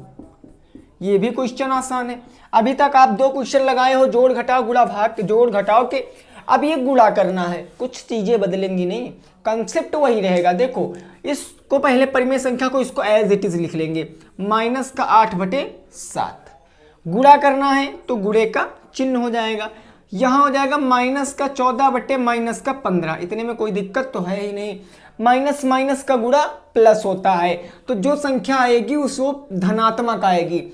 8 चौके 14, 8 कितना होता है? 8 चौके 32 के 2 हासिल आ गया 3, 8 एक कम 8, 2 10 1 11, यानी कितना आ गया? 112 बट्टे में कितना आ गया? 15 सत्ते 135। या आप ऐसे गुणा कर सकते हो, 70 25 35 के 5 हासिल आ गया 3, 7 25 35 के 5 हासिल आ गया 3, 7 एकम 7 3 10, 17 15 7 105। लेकिन यहां पर माइनस और प्लस, जब कभी एक चिन्ह एक संख्या माइनस में होगी दूसरी संख्या प्लस में होगी, ऐसा केस होगा जब कहीं माइनस में एक संख्या होगी एक प्लस में होगी और उसका मल्टीप्लाई कराओगे तो वो हमेशा ऋणात्मक आएगी, वो हमेशा क्या आ जाएगी, ऋणात्मक आ जाएगी। अब आप इसको यहां से काट भी सकते हो, 7 से देखते हैं काट के, 7 एकम 7, 7 एकम 7 छंग 42, हाँ 7 से कट जाएगा, 7 एकम 7, 7 छंग हो गया 42 और 7 एकम हो गया मेरा 7, 7 25 हो गया कितना 35। यानी आंसर कितना आ गया भाई, माइनस के 16/15, 16/-15, यही क्या हो जाएगा मेरा राइट आंसर आ जाएगा। समझ सकते हो ये क्वेश्चन इससे पहले भी मैंने कराया था, 16/-15। अब ये माइनस यहाँ जो लगा है ना, इसको आप यहाँ भी लगा सकते हो, कोई दिक्कत की बात नहीं, ये मत समझना, ठीक है ना। यहाँ माइनस लगा सकते हो यहाँ से साफ करके, ये नॉर्मल सी बातें थी, आपको पता होंगी। चलिए बढ़ते हैं अगले क्वेश्चन पे, बढ़ते हैं हम लोग अगले क्वेश्चन पे। क्लियर ना दोस्तों? ओके, बस समझ कर चलना मेरे दोस्त, ठीक है ना। देखिए परिमेय संख्या से ज़्यादा क्वेश्चन बनते हैं, बाकी वो जोड़ घटाव गुणा भाग तो आप कर लेते हो, वो तो आपको फर्स्ट से ही सिखाया जाने लगता है, ठीक है ना, वो तो आपको क्लास 1 से ही सिखाया जाने लगता है। देखिए अगला क्वेश्चन क्या कह रहा है, क्वेश्चन कह रहा है यदि किसी परिमेय संख्या का अंश उसके हर से 2 कम है। किसी परिमेय संख्या का, कोई परिमेय संख्या है, उसका अंश क्या है, हर से 2 कम है हर से क्या है 2 कम है। एक परिमेय संख्या का जो है उसका अंश हर से 2 कम है, यदि उनके अंश और हर में एक एक जोड़ दिया जाए। अंश और हर में क्या किया जाता है, एक एक जोड़ दिया जाता है, अंश और हर में एक एक जोड़ दिया जाता है, क्या किया जाता है, एक जोड़ दिया जाता है। चलिए भैया जोड़ देंगे अभी, ठीक है ना, जोड़ दिया जाता है तो मान यानी भिन्न का मान कितना हो जाता है, भिन्न का मान 3/4 हो जाता है, 3/4 हो जाता है। भिन्न बताना है आपको, एक्चुअल भिन्न बताना है, भिन्न ज्ञात करो, भिन्न ज्ञात करो। क्या ज्ञात करना भाई, भिन्न ज्ञात करना है। अब इस क्वेश्चन को कैसे लगाएंगे, इतनी सी कहानी में आपने ये तो सीख गया होगा, आप लोग सीख गए होंगे कि भिन्न क्या होती है भाई, जो p/q के रूप में होती है। अब यहां पर आपको मानना पड़ेगा, सपोज करना पड़ेगा, क्या सपोज करना पड़ेगा वो समझो। कहा गया p/q उसका अंश हर से 2 कम है, यानी अंश जो है वो हर जितना होगा उससे 2 कम होगा, तब हमको हर मानना पड़ेगा। जो नहीं पता होता है उसको पहले मानते हैं, जिसमें कोई भी कंडीशन अप्लाई नहीं करने को कह रहा है क्वेश्चन। यहाँ पर हर में थोड़ी नहीं कुछ कह रहा, यहाँ तो ये कह रहा है कि अंश हर से 2 कम है, इसीलिए मैं हर को मानूंगा। तो मैं मान लूंगा, माना हर कितना हो जाएगा, माना हर हो जाएगा मेरा x, और अंश कितना हो जाएगा। आप लोग खुद से सोचो कि अंश जो है वो हर से 2 कम है, तो हर कितना माने हैं x से 2 कम कर देंगे। क्लियरली समझ में आ रहा। अब हमारी संख्या क्या हो जाएगी, हमारी भिन्न क्या हो जाएगी, हमको बताया अंश ऊपर होता हर नीचे, अंश क्या है हमारा x-2, तो x-2 ऊपर होगा और हर नीचे हो जाएगा। बस इतनी सी कहानी थी जो कि इस क्वेश्चन में बहुत ज्यादा कंफ्यूजन थी, ठीक है ना। अब देखिए प्रश्नानुसार लगाएंगे। कहा गया है अंश और हर में एक एक जो घटा दिया जाए कि जोड़ दिया जाए, एक एक जोड़ दिया जाए। अब देखिए x-2 और बट्टे में हो जाएगा x, एक एक जोड़ दिया जाए तो +1 और +1, तो किसके बराबर हो जाती है, 3/4 के बराबर हो जाती है। सॉल्व कर सकते हैं इसको आसानी के साथ। देखिए 4x हो जाएगा, तिर्यक गुणा करते हैं, ठीक है ना, जब बराबर के इस तरफ एक परिमेय संख्या बराबर के उस तरफ तो तिर्यक गुणा, 4 का 1 से 4x और 4 दूनी हो गया 8 + 4 1 कम हो गया 4 बराबर का हो गया 3x + का 3। 4 में से 8 जाएगा, माइनस का 4 बचेगा, तो माइनस का 4 उधर जाएगा प्लस में, तो यहाँ हो जाएगा 4x, ये आ जाएगा 3x, उधर बचा आपका 3 और प्लस में पहुंच गया 4। यहाँ घटाएंगे तो x बराबर कितना आएगा, 7 आएगा। x बराबर कितना आएगा, 7 आएगा। अब ये मत समझना सर ये 8 कहाँ गया, अरे भैया प्लस माइनस घटा दिया तो माइनस के 4 बचेगा, माइनस के 4 उधर जाएगा तो प्लस में 4 हो जाएगा।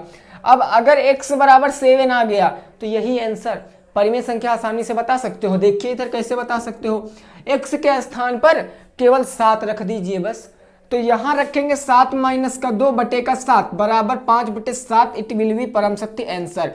5/7 हमारा क्या आ जाएगा, परम सत्य आंसर आ जाएगा। तो आई होप कि आपको ये सब क्लियर हो गया होगा, है ना। बिल्कुल भी इसमें तो कोई डाउट किसी को होगा ही नहीं। कई बार ऐसे क्वेश्चन किए हो, कई बार ऐसे क्वेश्चन किए हो भाई, ठीक है ना। बोलिए भाई, कोई दिक्कत तो नहीं है।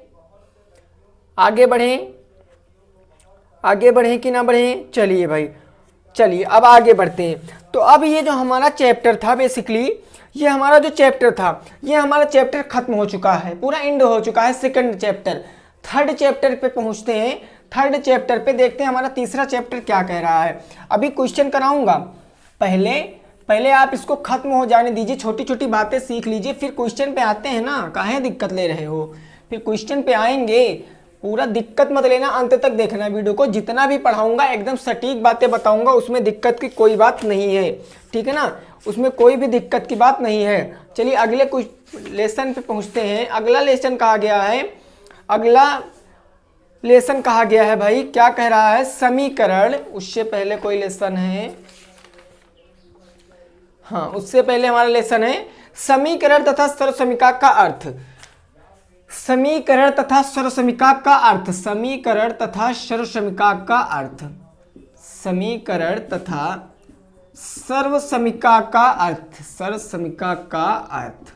ये समीकरण क्या है, सर्वसमीका क्या है, ये चीज अपन लोग सीखेंगे। तो देखिए समीकरण क्या होता है और सर्वसमीका क्या होता है, ये चीज सीखिए। समीकरण का मतलब होता है तराजू। देखे हो सभी लोग, तराजू तो पता होगा, ऐसे कुछ बना होता है तराजू, है ना, ऐसे रहता है तराजू आपका, जो भी हो, खैर समझने के लिए तराजू ऐसे होता। तराजू में क्या होता है कि दोनों तरफ क्या होते हैं, कोई सामान रखने के लिए पलड़े लगे होते हैं, है ना, देखे होंगे पलड़े लगे होते हैं। तो जैसे मैं इस तरफ रखूं 20 kg, मैं इस तरफ रखूं 20 kg और इस तरफ रखूं मैं 10 kg। मैंने इस तरफ रखा 20 kg, इस तरफ रखा 10 kg। तो क्या होगा कि ये जो होगा ये थोड़ा नीचे की ओर झुका रहेगा और ये क्या होगा, थोड़ा ऊपर की ओर रहेगा, ऐसे रहेगा। ये नीचे रहेगा और ये उधर वाला ऊपर रहेगा, ऐसे रहेगा। तो कहने का मतलब समीकरण का सीधा मतलब हम लोग तराजू से लगा सकते हैं, सीधा मतलब तराजू से लगा सकते हैं। अब हम आपसे कहें कि आप इसको बराबर करिए, आप क्या बराबर करोगे। आप सोचोगे कि अगर इधर से मैं 5 kg घटा दूं और इधर मैं 5 kg जोड़ दूं तो 15-15 बराबर, इधर भैया 15 बचेगा, इधर भी क्या हो जाएगा, 15 हो जाएगा। तो कहने का मतलब समीकरण में क्या क्या चीजें इंक्लूड होती हैं। समीकरण में बराबर होना चाहिए, बराबर का चिन्ह, समीकरण में बराबर का चिन्ह होना चाहिए, बराबर के इस तरफ कुछ लिखा होना चाहिए, बराबर के उस तरफ लिखा होना चाहिए। समीकरण में दो पक्ष होते हैं, बायां पक्ष दायां पक्ष। उन दो पक्षों को बराबर का चिन्ह तुम्हारा अलग करता है, उसी को क्या कहते हैं हम लोग, समीकरण कहते हैं, ठीक है ना, उसी को क्या कहते हैं, समीकरण कहते हैं। फिर बात करें सर्वसमीका की, तो सर्वसमीका में क्या होता है भैया, LHS बराबर RHS आता है, होता जस्ट सेम समीकरण ही है, लेकिन इसमें क्या होता है, LHS बराबर RHS होता है। यानी जैसे मैंने लिख दिया a + b का होल स्क्वायर, मैंने लिख दिया a + b का होल स्क्वायर, इसका मतलब क्या होता है, इसका मतलब a² प्लस का 2ab और प्लस का b²। कहने का मतलब सर्वसमीका में दोनों पद क्या होंगे, बराबर होंगे, दोनों पक्ष क्या होंगे, बराबर होंगे। बट समीकरण की बात करें तो समीकरण में ऐसी कंडीशन हर जगह फॉलो नहीं होती है, ठीक है ना। आपको समीकरण बनाना पड़ेगा, सॉल्व करना पड़ेगा, लेकिन सर्वसमीका पहले से ही बनी बनाई मिलती है। अब सर्वसमीका समीकरण को कैसे चेक करेंगे वो तो बात की बात है, पहले तो आप कुछ सीख ली, पहले तो कुछ चीजें आप लोग सीख लीजिए, ठीक है ना। चलिए भाई, ओके, इतना सीख गए ना, इतना हम लोग सीख गए। बस बने रहिए वीडियो में अंत तक, मजा आने वाला है आपको, टेंशन बिल्कुल भी मत लेना, सब चीजें आपको समझ में जरूर आएंगी, ठीक है ना, आपको सब चीजें समझ में आएंगी, टेंशन मत लेना। चलिए भाई देखिए, अब कुछ होता है आपकी चर राशियां, क्योंकि अब बीजगणित की शुरुआत करते हैं तो ये तो पता होना चाहिए, और कुछ होती हैं आपकी अचर राशियां। ये चर राशियां क्या होती है, अचर राशियां क्या होती हैं, तो इंग्लिश के लेटर कौन कौन से, A B C से लेकर कहाँ तक, Z तक, यानी आल जो 26 लेटर होते हैं वो क्या होती है, चर राशियां होती हैं। अंग्रेजी की जो 26 अक्षर होते हैं वो मेरे चर राशियां होती हैं, और गणित के जो अक्षर होते हैं 1 2 3 से लेकर अनंत तक, वो सभी हमारे क्या होते हैं, अचर राशियां होती हैं। तो चर अचर क्या होती हैं, समझ गए हो कि नहीं समझ गए हो? ये चीजें समझना आपके लिए जरूरी हो जाता है, ठीक है ना। ये चीजें समझना आपके लिए क्या होता है, जरूरी हो जाता है। देखिए अब यहां से चीजें एक समझ लीजिए, यहां से एक बात समझ लीजिए, क्या समझना है कि जो समीकरण होते हैं, समीकरण वो आपके कुछ प्रकार के भी होते हैं, कुछ प्रकार के भी होते हैं। जैसे पहला समीकरण कहें तो होता है सरल समीकरण, पहला समीकरण होता है आपका सरल समीकरण। ये समीकरण क्या होता है भैया, ये सरल समीकरण क्या होता है, अपने अपने आप लोग विचार रखिए, अपने अपने विचार रखिए भैया, सरल समीकरण क्या होता है। बहुत बार बताएं भाई सरल समीकरण। देखिए जैसे मैंने यहां पर लिख दिया 2x प्लस का 3 बराबर का 5, 2x प्लस का 3 बराबर का 5, मेरा क्वेश्चन आपसे कैसा समीकरण है। तब आप अगर पता है तब आसानी से बता सकते हो, अदरवाइज नहीं बता सकते हो। और याद रखना यहां से क्वेश्चन पेपर में आए हैं, आपको एक क्वेश्चन दे देगा, पूछेगा ये कैसा समीकरण है, तो याद रखना जिन समीकरणों में अधिकतम घात 1 होती है, क्या होता है, अधिकतम घात 1 होती है, कितनी होती है, 1 होती है, अधिकतम घात 1 होती है, हमारे क्या कहलाते हैं, सरल समीकरण कहलाते हैं। और घात किसकी होगी, घात हमेशा चर की मानी जाएगी, घात हमेशा चर की मानी जाती है। यहां पर बात करें x की घात कितनी है, 1 है। अब कहोगे सर हमें तो नहीं दिख रहा है यहाँ पर कोई घात है, तो मेरे दोस्त जहां पर कोई घात नहीं होती है वहां पर एक घात मानते हैं, ऐसा गणित का फंडा ही कहता है। अगर मैं लिख दूं x तो x की घात कितनी है, 1 है। अगर मैं लिख दूं y की घात कितनी है, तो 1 है। तो कहने का मतलब मैंने देखा यहाँ पर x की घात 1 है, अर्थात ये मेरा सरल समीकरण हो जाएगा। क्लियर है ना। दूसरा समीकरण आता है मेरा द्विघात समीकरण। अब तो सब नाम से ही क्लियर हो जाएगा। द्विघात समीकरण क्या होता है, यानी ऐसे समीकरण जिनमें अधिकतम घात कितनी होगी, जिसकी अधिकतम घात 2 होगी। अधिकतम घात कितनी होगी, 2 होगी बस, जिसकी अधिकतम घात 2 होगी। जैसे मैंने कह दिया 3x² प्लस का 8 बराबर का 9, ये कैसा समीकरण है, तो मैंने देखा यहाँ पर चर राशि की अधिकतम घात 2 है, इसीलिए ये मेरा एक द्विघात समीकरण हो जाएगा। जिन समीकरणों में अधिकतम चर की घात 2 होती है वो मेरे द्विघात समीकरण होते हैं, और जिन समीकरणों में चर की अधिकतम घात 1 होती है वो मेरे सरल समीकरण या रैखिक समीकरण होते हैं। अब बात करेंगे त्रिघात समीकरण की। 2 हो गए मेरे, तीसरा आता है त्रिघात समीकरण, ठीक है ना।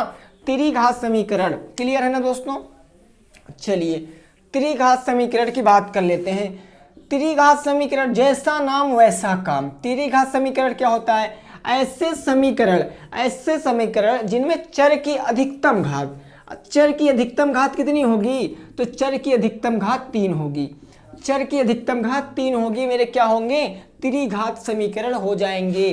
जैसे 3x³ प्लस का 9x प्लस का 7 बराबर का 0, ये मेरा कैसा समीकरण है, तो ये मेरा सर त्रिघात समीकरण है। त्रिघात समीकरण क्यों है, क्योंकि यहां पर x की घात 1 है, यहां पर x की घात 1 है, लेकिन यहां पर x की घात 3 है, तो उच्चतम अधिकतम पूछता है ना, अधिकतम, तो अधिकतम 3 है, अर्थात यहां पर त्रिघात समीकरण हो जाएगा।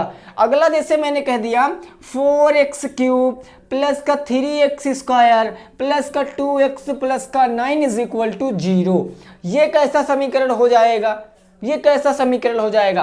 अब कहोगे सर इसमें घात 1 भी आ रही, घात 2 भी आ रही, घात 3 भी आ रही है, तो फोकस करना है अधिकतम पे। अधिकतम हाईएस्ट पावर कितनी है, तो अधिकतम घात आपकी 3 है। जब 3 है तो ये मेरा त्रिघात समीकरण हो जाएगा। तो आशा करते हैं आपको ये त्रिघात समीकरण समझ में आ गया होगा।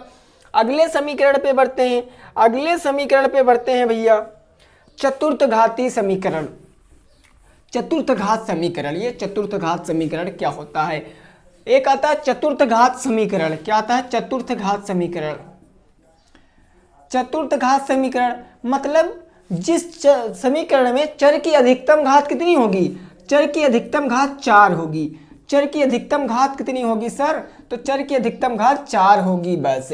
जैसे भाई मैंने कह दिया 4x की पावर 4 प्लस का 2x क्यूब प्लस का 3 इज इक्वल टू 0। ये 0 यहाँ पर कुछ भी हो सकता है, ठीक है ना। आप लोगों के दिमाग में आ रहा होगा बार बार मैं यहाँ पर 0 लिख रहा हूँ, तो इसीलिए मैंने कुछ भी लिख दिया। अब यहाँ पर देखिए, यहाँ पर x की पावर 4, x की पावर 3, x बस दो ही है, यहाँ x नहीं है। x की पावर 3, x की पावर 4, तो अधिकतम घात कौन सी है? 4 है। x की घात 4 है, तो 4 का मतलब चतुर्थ घात समीकरण। लास्ट आता है मेरा n घात समीकरण। n घात समीकरण, अब ये n घात समीकरण क्या होता है? ऐसा समीकरण जिसमें अधिकतम घात पता ना हो, कितनी भी हो सकती है पता ना हो, वो मेरे n घात समीकरण होते हैं। कि ऐसा समीकरण जिसमें n की घात ज्ञात नहीं की जा सकती है, पता नहीं होता है, तो वो मेरे n घात समीकरण होते हैं। जैसे मैंने कह दिया x की पावर n प्लस का 4x की पावर 4 बराबर का 9। ये कैसा समीकरण है? x की घात n प्लस का 4x की घात 4 बराबर 9, तो यहाँ पर n आया, अर्थात यह मेरा n घात समीकरण हो जाएगा। तो उम्मीद करते हैं आपको ये चीज़ समझ में आ गई होगी। ये बहुत ही इंपॉर्टेंट चीज़ थी जो आपको समझना एकदम ज़रूरी ही था, ठीक है ना। चलिए भाई बढ़ते हैं, अब बढ़ते हैं, ठीक है ना। चलिए क्वेश्चन पे बढ़ते हैं, क्वेश्चन पे हम लोग बढ़ते हैं।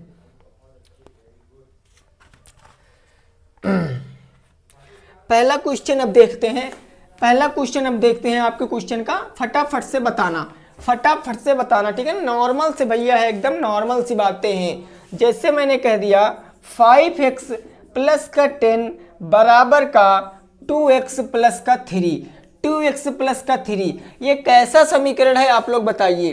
ये कैसा समीकरण है आप लोग बताइए? बताइए भैया कैसा समीकरण है? 5x प्लस का 10 बराबर का 2x प्लस का 3। यहां पर देखिए बराबर का चिन्ह लगा है, लेफ्ट हैंड भी कुछ है और राइट हैंड भी कुछ है। एक समीकरण तो है, क्लियर हो गया।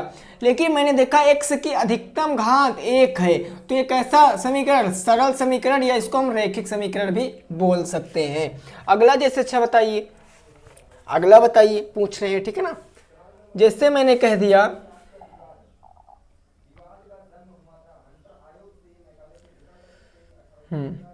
5x माइनस का 2 बराबर का 3x माइनस का 4, ये कैसा समीकरण है? तो बताइए ये कैसा समीकरण है?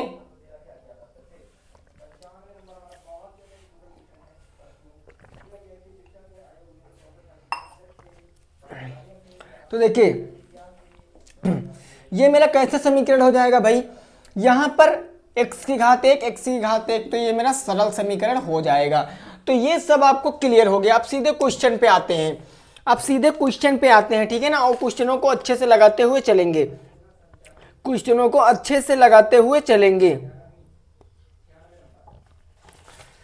चलिए देखिए अब सरसमीका कुछ हम लोग क्या करेंगे, नोट कर लेंगे। कुछ हम लोग क्या करेंगे, यहाँ पर फार्मूले नोट कर लेंगे जो आगे आने वाले क्वेश्चनों में प्रयोग होंगे। जैसे मैंने फार्मूला कह दिया a प्लस बी का होल स्क्वायर बराबर क्या होता है? तो सबको पता है a स्क्वायर प्लस का 2ab प्लस का b स्क्वायर होता है। जैसे मैं कह दूं यहाँ पर a माइनस बी का होल स्क्वायर क्या होता है? तो होता है a स्क्वायर माइनस के 2ab और प्लस के b स्क्वायर होता है। जैसे मैंने कह दिया a प्लस बी प्लस सी का होल स्क्वायर क्या होता है? तो इसका मतलब होता है a square plus B square plus C square plus 2ab plus का 2bc और प्लस का 2ca। ये होता है मेरा ये फार्मूला। सब लोगों के पास नोट है ऑलरेडी। a प्लस बी का होल क्यूब क्या होता है? तो वो होता है a क्यूब प्लस का b क्यूब प्लस का 3ab और ब्रैकेट के अंदर होता है a प्लस का b। जैसे मैंने कहा a माइनस बी का होल क्यूब क्या होता है? तब आप कहोगे सर a क्यूब माइनस का b क्यूब माइनस का 3ab और ब्रैकेट के अंदर a माइनस का b, यही होता है। तो आप लोग केवल यहाँ से इतने फार्मूले नोट करिए, बाकी कुछ फार्मूले होते हैं जो मैं आपको आगे आने वाले सवालों में प्रयोग करके बताऊंगा। बाकी सवालों को मैं आगे आने वाले सवालों में प्रयोग करके बताऊंगा, ठीक है ना। बोलिए कोई डाउट तो नहीं भाई इतने में? इतने में किसी को कोई डाउट तो है ही नहीं, है ना। चलिए क्लियर है, क्लियर है। अब देखिए, अब हम बात करेंगे कि समीकरणों को हम कैसे हल करते हैं। समीकरणों को हम लोग कैसे हल करते हैं, वो जो क्वेश्चन आपके बुक में दिए गए हैं वो क्वेश्चन हम लोग यहाँ पर लगाते हैं, ठीक है ना, वो क्वेश्चन यहाँ पर लगाते हैं। चलिए चलिए देखते हैं यहाँ पर। जैसे हमने कहा पहला क्वेश्चन है 3/7, पहला क्वेश्चन है भैया 3/7 प्लस का x बराबर का कितना दिया गया हमको 17/7, 17/7। इसको आपको क्या करना है, हल भी करना है और उत्तर की जांच भी करना है। तब आप लोग कैसे इसको लगाओगे वो बताओ, कैसे लगाओगे वो बताओ। तो समझना यहाँ पर इसको कैसे सॉल्व करते हैं। हमको चर का मान निकालना पड़ता है, चर का मान। चर क्या है मेरा x, इसका मान निकालेंगे तो इसका मान उत्तर की जांच में रख के हल करेंगे। अब देखिए इसको कैसे सॉल्व करेंगे। हमको x का मान निकालना है, तो ये जो 3/7 है, 3/7 ये बराबर के उस तरफ जाएगी, बराबर के उस तरफ जाएगी। और जब बराबर के उस तरफ, याद रखना अगर प्लस में कोई संख्या है बराबर के उस तरफ जाएगी तो माइनस में, और माइनस में कोई संख्या है बराबर के उस तरफ जाएगी तब प्लस में।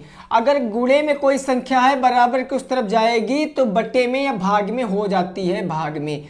और अगर भाग में कोई है तो वो गुणे में हो जाएगी। ये बेसिक बातें मैंने कई बार आपको बताई हैं, तो इतना पता है तब आसानी से लगा सकते हो। देखिए कैसे, 3/7 मेरी प्लस में उस तरफ जाएगी माइनस में, और जब ये 3/7 उधर चली गई तो इधर बचा क्या, इधर x बचा। x बराबर यहाँ मेरा कितना था, यहाँ था 17/7, और ये 3/7 चला गया माइनस में तो माइनस का हो गया 3/7। अब देखिए, अब ये परिमेय संख्याओं का घटाना मिल गया ना, घटाना है ना। तो देखिए यहाँ पर हर बराबर हैं, एक हर ले लेंगे 7, ऊपर बच गया 17 माइनस का 3। अब क्या करेंगे, अब x बराबर हमको पता है क्या आ जाएगा, 17 में से 3 आ जाएगा 14, 14 बटे कितना आ जाएगा 7 आ जाएगा भाई, 14/7 आ जाएगा। काट सकते हैं, 7 एकम 7, 7 दूनी 14, यानी x बराबर कितना आ गया 2 आ गया। x बराबर कितना आ गया 2 आ गया है। अब हमको उत्तर की करना है जांच, क्योंकि क्वेश्चन कह रहा है उत्तर की जांच भी करिए। अब आप अगर अपने उत्तर की जांच करोगे तब कैसे करोगे जरा देखना। क्वेश्चन क्या था आपको एक बार फिर से लिखना है, 3/7 प्लस का x बराबर का 17/7। जहां x है वहां x का मान रख दो, यहां x है यहां कितना रखोगे 2 रखोगे, तब यहां हो जाएगा 3/7 प्लस का 2 बराबर का 17/7।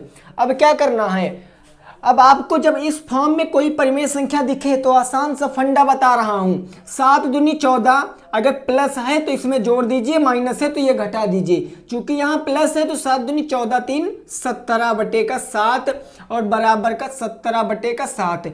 कहने का मतलब जब कभी अगर LHS बराबर RHS आएगा, अगर उत्तर की जांच करने पर LHS बराबर RHS आ रहा है तब तो आपका आंसर राइट है, अगर नहीं आ रहा है तब रॉन्ग है भाई। तो पहला क्वेश्चन लग चुका है। अगले क्वेश्चन पे पहुंचते हैं, अगले क्वेश्चन पे पहुंचते हैं, उसका जवाब फटाफट से भाई सभी साथी देने का प्रयास करेंगे, ठीक है ना। सभी साथी उत्तर देने का प्रयास करेंगे। पूरा आज एकदम वीडियो जरूर इससे आखिरी तक देखना, पूरी मैथ खत्म हो जाएगी भाई इसी वीडियो से। बेसिक बातें तो पूरी खत्म हो जाएंगी, बाकी जो इजी क्वेश्चन है थोड़े से वो भी हो जाएंगे, बाकी जो लॉन्ग क्वेश्चन वो तो वीडियो में बताए ही जा रहे हैं आपको। अगला क्वेश्चन जैसे मैंने कह दिया, इसका सेकंड नंबर क्वेश्चन जैसे मैंने कह दिया 4y प्लस y/5 बराबर का कितना हो जाएगा भैया 21 हो जाएगा। अब देखिए इस क्वेश्चन को कैसे सॉल्व करेंगे। हमको पता है कि हमको ना चर के मान निकालने पड़ते हैं। किसके मान, चर का मान।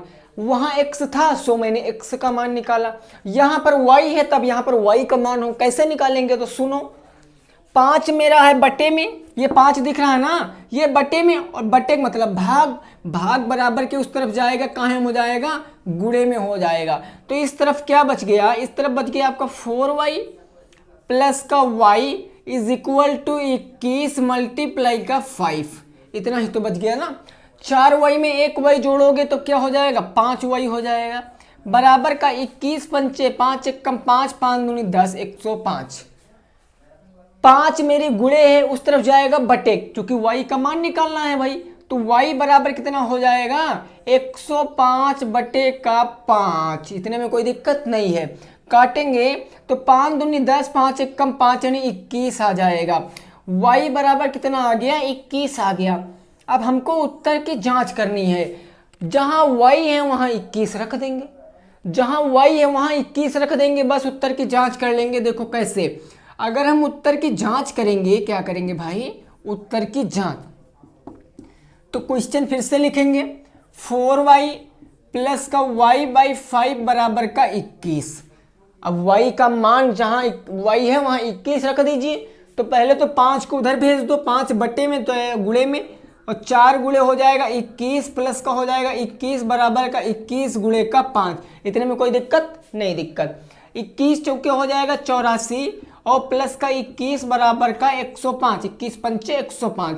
यहाँ जोड़ोगे 105 बराबर का 105, यानी LHS बराबर क्या आ रहा है, RHS आ रहा है। It will be right answer, यानी जो हमने लगाया है वो हमारा क्या हो जाएगा, एकदम परम सत्य आंसर हो जाएगा।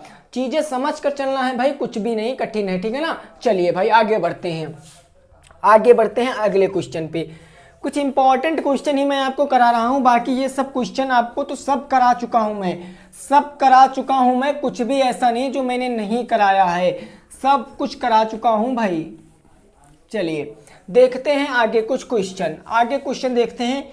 आगे क्वेश्चन क्या कह रहा है, तो क्वेश्चन कह रहा है हमारा, समझना, क्वेश्चन कह रहा है 0.66 प्लस का 4/5 बराबर का 0.286 और प्लस का 1.16, प्लस का क्या हो जाएगा 1.16। अब इसको हल करना है, उत्तर की जांच करना है, इसको हल करना है और उत्तर की जांच करना है। तो देखिए ये तो आपको थोड़ा सा कन्फ्यूजन क्रिएट करने वाला होता है, लेकिन मैं कहता हूं मैथ एक ऐसी सब्जेक्ट है जिसमें आप अपना दिमाग लगाओगे तो ज्यादा समझ में आएगा। देखो ये संख्या, ये संख्या, ये संख्या, तीनों संख्याएं आपको किसमें दी गई हैं, दशमलव में दी गई हैं, लेकिन ये संख्या आपको परिमेय संख्या दी गई है। 4/5 आपको परिमेय संख्या दी गई है। अगर आप इसको भी दशमलव में बदल लो तो आसान हो जाएगा काम, अगर इसको भी आप दशमलव में बदल लो तब आपका काम आसान हो जाएगा। कैसे दशमलव बदलेंगे, अंश को क्या करेंगे, हर से भाग कर देंगे, जाएगा तो है नहीं, दशमलव लगाएंगे, 0 बढ़ाएंगे, 5 अट्ठे कितना हो जाएगा 40 हो जाएगा। कहने का मतलब जहां पर 4/5 है वहां पर 0.8 कह सकते हैं, जहां पर 4/5 है वहां पर 0.8 कह सकते हैं। तो चलिए फिर इतना तो समझ गए हुए होंगे, ठीक है ना। देखिए क्या करेंगे हम लोग, यहां पर भैया हो जाएगा 0.6x प्लस का, इसको क्या कह सकते हैं 0.8x या 0.8x, सॉरी x नहीं यहाँ पर, ठीक है ना, और बराबर का हो जाएगा 0.28x और प्लस का हो जाएगा 1.16। x वालों को एक तरफ ले आएंगे और संख्याओं वालों को एक तरफ ले जाएंगे। ये 8x मेरा प्लस में इस तरफ आएगा, माइनस में हो जाएगा, तो 0.6x माइनस का 0.28x और बराबर का इधर बच्चा 1.16 और ये प्लस में माइनस में आ गया कि 0.8, ठीक है ना। अब देखिए क्या करेंगे, अब क्या करेंगे, अब हम इसको सॉल्व करेंगे। अगर यहाँ पर 6 से 28 चला जाएगा तो कितना बचेगा। अब देखिए कुछ लोग यहाँ पर दिक्कत कर जाते हैं, क्या कर जाते हैं, x तो बचेगा, ये तो एकदम श्योर है x तो बचेगा, लेकिन अब यहाँ पर देखिए 0.6 से हमको घटाना है 0.28। अब यहाँ पर कैसे घटाएंगे, आप तो सोचोगे सर 28 बड़ा है 6 छोटा है, कहाँ से घट जाएगा, घट जाएगा भैया, यहाँ पर 0 लगाओगे, 10 में से 8 जाएगा 2 बचेगा, 5 में से 2 जाएगा तो 3 बचेगा 32, 5 में से 2 जाएगा तो कितना बचेगा 32 बचेगा। यहाँ कितना बच गया भैया, 0.32x, दशमलव का बच गया 32x बराबर का कितना हो गया, यहाँ पर घटाएंगे 1.16 से 0.8 घटाएंगे तो कितना आ जाएगा। देखिए इस तरफ घटा के देख लीजिए, 1.16 माइनस का दशमलव का 8 जीरो घटाएंगे। यहाँ 6, 1 में से 8 जाएगा नहीं भैया, 1 में से 8 तो जाएगा नहीं, 11, 11 में से 8 जाएगा 3, दशमलव का कितना आ गया 36 आ गया, दशमलव का 36 आ गया। कहने का मतलब यहाँ आ गया दशमलव का 36। x की वैल्यू निकालनी है, x की देखिए फिर हम लोग यहाँ पर क्या करेंगे, 0.32x, हमको x का मान निकालना है ना, हमको x का मान निकालना है। तो 32 गुणे में उस तरफ जाएगा बटे में, तो यहाँ पर x बराबर क्या आ जाएगा, x बराबर दशमलव का 36 बटे दशमलव का क्या हो जाएगा 32 हो जाएगा। दशमलव से दशमलव क्या हो जाएगा, कैंसिल हो जाएगा। यहाँ पर काट सकते हैं, 2 1 कम 2, 2 छंग 12, 2 1 कम 2, 2 8 16, 18 बटे 16। फिर से काट सकते हैं, 2 8 16, 2 9 का 18, अब 9 बटे 8 बच गया। यानी यहाँ से कितना बच गया, x बराबर बच गया 9 बटे का 8। दशमलव में काट लीजिए इसको भी, इसको काटोगे तो आप अगर ऐसे नहीं काट सकते हो तो ऐसे देखो, 9 को अगर 8 से भाग करोगे तो 8 कन्नम 8, 1 बच गया, दशमलव लगाओगे 0 बढ़ाओगे, 8 कम 8 कितना बच गया 2 बच गया, 8 दूनी 16, 4 बच गया, 8 पंचे 40, यानी 1.125 आएगा। यानी x बराबर भाग करोगे तो 1.125 आएगा। स्टेप बाय स्टेप समझते रहना, नहीं बाद में कहोगे कि सर हमको समझ में नहीं आया है। यहाँ पर 1.125 कब आएगा, जब आप 9 को 8 से भाग करोगे, जैसा कि मैंने यहाँ पर किया है, तो 1.125 आ जाएगा। एक x का मान आप लोग यहाँ पर रख लेना, जोड़ लेना, घटा लेना, आपका LHS बराबर RHS आ जाएगा। उत्तर की जांच स्वयं से कर सकते हो। क्लियर, चलिए आगे बढ़ते हैं, ठीक है ना। अब आगे बढ़ते हैं, बस देखिए स्टेप बाय स्टेप समझते रहिए। ये सब चीज़ें अगर आप सीख गए तो सब क्वेश्चन लगा लोगे, हर एक क्वेश्चन आप लगा सकते हो, कोई दिक्कत नहीं है, सभी क्वेश्चन लगा सकते हो। अब क्या हुआ, समीकरण आप सॉल्व कर लोगे, समीकरण सब बेसिक बातें क्या होती सब कुछ बता दिया। अब बात करेंगे सर्वसमीकाओं की। किसकी बात करेंगे, सर्वसमीकाओं की। देखिए सर्वसमीकाओं की बात करेंगे, क्वेश्चन अभी लगाएंगे, ठीक है ना, टेंशन मत लेना, क्वेश्चन अभी लगाएंगे। जैसे मैंने कह दिया, क्या कह दिया, समीकरण सर्वसमीका से x + 6 का होल स्क्वायर, तो आपको केवल फार्मूले याद करने हैं बस। यहाँ पर a यानी कि कौन सा फार्मूला लगेगा, a + b का होल स्क्वायर, तो यहाँ पर हो जाएगा x square a square + 2ab, यानी 2 गुणे x गुणे का हो जाएगा 6 और प्लस का b स्क्वायर यानी कि 6 का स्क्वायर। बस इसको सॉल्व करना रहता है। x स्क्वायर हो जाएगा, यहाँ हो जाएगा 2x, 12x हो जाएगा, और यहाँ हो जाएगा 6 चाह के 36, it will be right answer. तो ये सब चीज़ें मैंने आपको बताई हैं। ये वीडियो केवल मैं बेसिक बातों को बताने के लिए बना रहा हूँ, सभी चैप्टर कवर हो जाएंगे। फिर क्वेश्चन तो आपको मैं करा ही रहा हूँ, उसमें दिक्कत काहे ले रहे हो ना, क्वेश्चन तो करा ही रहा हूँ ना। चलिए फिर बढ़ते हैं आगे, बढ़ते हैं आगे। अब जो मेरा है वो है व्यंजकों का गुणनफल तथा सर्वसमीकाएं। अगला चैप्टर है मेरा व्यंजकों का गुणनफल तथा सर्वसमीकाएं, ठीक है ना। ये मेरा अगला चैप्टर है व्यंजकों का गुणनफल एवं सर्वसमीकाएं। व्यंजकों का गुणनफल एवं सर्वसमीकाएं। सर्वसमीका क्या होती है ये आप लोग जान गए हो, ये क्या होती है जान गए हो, ठीक है ना। देखिए व्यंजकों का गुणनफल एवं सर्वसमीकाएं, पहले आप नॉर्मल सी बातें सीखिए, नॉर्मल सी बातें सीखिए। अगर मैंने यहाँ पर कहा x गुणे का x गुणे का x, अगर मैं x का गुणा x से करूंगा तो यहाँ पर आंसर आएगा x की पावर 2। क्या होता है कि गुणा करने पर घातें क्या होती हैं, जुड़ जाती हैं। याद रखना, जब कभी गुणा करोगे तब घातें जुड़ जाएंगी, लेकिन ये कंडीशन कब होगी भैया, ये कंडीशन होगी जब चिन्ह समान होंगे। जब चिन्ह समान होंगे तभी ये कंडीशन लगेगी, ठीक है ना। ये होता है ऐसा, जैसे मैंने कह दिया यहाँ पर 2x स्क्वायर गुणे का 3x की पावर 3, इसका आप लोग गुणनफल कितना हो जाएगा। तो देखिए अचर का गुणा कराना है और चर का गुणा कराना है, 2 3 हो जाएगा भैया 6, x की पावर 2 x की पावर 3, गुणा करने पर घातें जुड़ जाती हैं, इसीलिए x की पावर कितना आ जाएगा 5 आ जाएगा। 6x की पावर 5 यही हमारा क्या आ जाएगा राइट आंसर हो जाएगा। ये होता है व्यंजकों का गुणनफल। एक बात याद रखना कि गुणा करने पर घातें जो होंगी वो हमेशा भैया जुड़ जाएंगी, बस घातें जुड़ जाती हैं बस। क्लियर है ना। चलिए फिर आगे बढ़ते हैं। अब इसमें आगे बढ़ते हैं, थोड़ा सा लॉजिक समझते हैं। सर्वसमीका तो क्या होती समझ गए हो।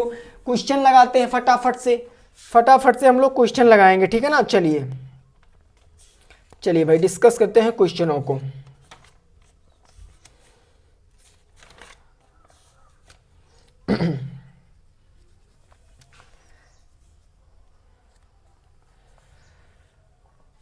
चलिए यहां पर पहला क्वेश्चन जैसे कहा गया है, पहला क्वेश्चन m माइनस एन का whole cube, m minus N का होल क्यूब। अब इसका आपको आंसर बताना है। क्या बताना है? आंसर बताना है। तो देखिए यहां पर ये हो जाएगा ए क्यूब, इसमें कौन सा फार्मूला लगाएंगे?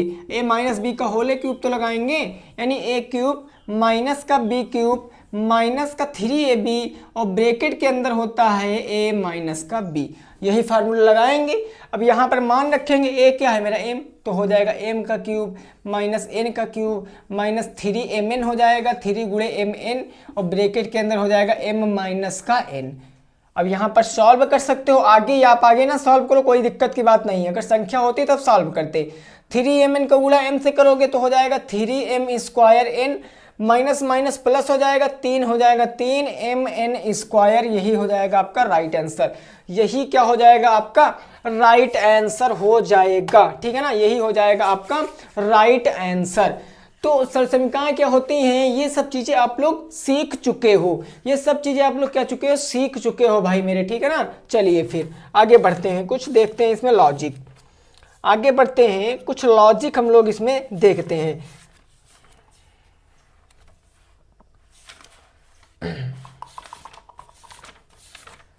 देखिए अब हम लोग एक बहुत ही इंपॉर्टेंट टॉपिक को डिस्कस करने जा रहे हैं। ये सभी भैया मैंने क्वेश्चन कराए, ठीक है ना, ये सभी क्वेश्चन मैंने कराए हैं। अब हम लोग एक इंपॉर्टेंट चीज समझने जा रहे हैं। अभी तक जो चैप्टर हमने केवल एक बार ही पढ़ा है, सर्वांग समता एवं समरूपता, सर्वांग क्षमता एवं समरूपता, ठीक है ना। ये मेरा लास्ट टॉपिक होगा, सर्वांग क्षमता एवं समरूपता। समरूपता मतलब समान रूप के, और सर्वांग समता मतलब क्या होता है भैया समान बात में, ठीक है ना। देखिए अब यहां से हम लोग कुछ सीखेंगे, इंपॉर्टेंट बातें सीखेंगे। ये सर्वांग समता क्या होती है? सर्वांग क्षमता का मतलब होता है कि रेखागणित की वे आकृतियां, रेखागणित या ज्यामिति की वे आकृतियां जो आकार और सब में क्या हो, जिनका आकार जो आकार आकृति में क्या हो समान हो, क्या हो समान हो, उसी को क्या कहते हैं सर्वांग समता कहते हैं। ज्यामिति की ऐसी आकृतियां जो आकार और आकृतियां में क्या हो समान हो, उससे क्या कहते हैं कि ये सर्वांगसम होती हैं। और सर्वांगसम का चिन्ह ऐसे लगता है, याद रखना भैया, ये भी पेपर में क्वेश्चन पूछा गया था। ऊपर ये उल्टा वाला एस बना होता है और नीचे 2 लाइनें होती हैं, ये होता है मेरा सर्वांगसम का चिन्ह, ठीक है ना। अब देखिए सर्वांग क्षमता आपकी बहुत से प्रकार की होती है। सर्वांग क्षमता आपकी क्या होगी, बहुत से प्रकार की होगी। पहले कह लें हम रेखाखंड सर्वांग क्षमता, पहले हम लोग करेंगे रेखाखंड सर्वांग क्षमता। रेखाखंड सर्वांग क्षमता, ये रेखाखंड सर्वांग क्षमता क्या होती है? तो ये तो नॉर्मल सी बात होती है, ये तो सबको पता ही होगा। जैसे मैंने कह दिया मेरे सामने एक लाइन बनी है ए और बी, और ये एक लाइन इस तरफ बनी है सी और डी। मैंने कहा ये 6 सेंटीमीटर है और ये 6 सेंटीमीटर है। मैंने आपसे पूछा क्या दोनों लाइनें सर्वांगसम है, क्या दोनों रेखाएं सर्वांगसम हैं? तब आप कहोगे यस सर डेफिनेटली हैं, क्योंकि रेखाखंड की सर्वांग समता केवल उनकी लंबाई पर ही डिपेंड करती है। अगर लंबाई समान है तो रेखाखंड सर्वांगसम होंगे। यानी हम इसको कैसे लिख सकते हैं, ए बी सर्वांगसम डी सी या ए सी जो भी है सी डी, ए बी सर्वांगसम सी डी। अगर जब कभी किसी रेखाखंड की सर्वांग समता कहेगा तो बस उसकी लंबाई ही बराबर होगी, बस क्या होगी लंबाई ही बराबर होगी बस, ठीक है ना। चलिए भाई, अब देखिए अगर कोणों की सर्वांग क्षमता बात कर ले कि कोणों की सर्वांग क्षमता क्या होगी, तो कोणों की सर्वांग क्षमता भैया वो एक माप के होने चाहिए बस। जैसे मैंने एक कोण यहां बना दिया 60 डिग्री का और एक कोण मैंने यहां बना दिया 60 डिग्री का। मैंने पूछा क्या ये दोनों कोण सर्वांगसम हैं, तो डेफिनेटली हैं, क्योंकि ये कोण इस कोण के बराबर है। तो जब कोण बराबर है तो ये ही हो जाएंगे मेरे सर्वांगसम। तो ये जो कोणों की सर्वांग क्षमता होती है और ये जो रेखाखंड की सर्वांग क्षमता होती है, ये तो नॉर्मल सी बात आती है। असली मुद्दा इसमें आता है त्रिभुजों की सर्वांग क्षमता, क्योंकि यहां पर लगता है साइड एंगल साइड एंगल, भुजा ऐसे करके कुछ यहाँ पर रूल लगते हैं जो इंपॉर्टेंट होते हैं, ठीक है ना। चलिए अब हम लोग बात करेंगे त्रिभुजों की सर्वांग क्षमता। त्रिभुजों की सर्वांग क्षमता जो कि बहुत ज्यादा इंपॉर्टेंट है, त्रिभुजों की सर्वांग क्षमता जो कि बहुत ज़्यादा इम्पॉर्टेंट होती है। और याद रखना ये वीडियो आपकी थोड़ा सा शॉर्ट हो गई है, जैसा कि जितने घंटे की बताए थे उतने घंटे की नहीं बन पा रही है, क्योंकि पेपर हमारे भी हैं। आज हमारा पेपर भी था 22 तारीख को, ठीक है ना। चलिए देखिए अब यहाँ पर बात करेंगे हम लोग। पहला जो आता है हमारा पहला आता है मेरा भुजा कोण भुजा। पहला आता है मेरा भुजा कोण भुजा। ये भैया कौन सी बला होती है, भुजा कोण भुजा, जिसको हम लोग कहते, देखिए भुजा को क्या कहते हैं साइड, कोण को क्या कहते हैं एंगल, भुजा को कहते हैं साइड। यानी ऐसे दो त्रिभुज, मान लीजिए मैंने ऐसे दो त्रिभुज बना दिया, ऐसे दो त्रिभुज जिनके दो भुजाएं और एक कोण बराबर होता है, वहां पर मेरी साइड एंगल साइड सर्वांग क्षमता का नियम फॉलो करता है।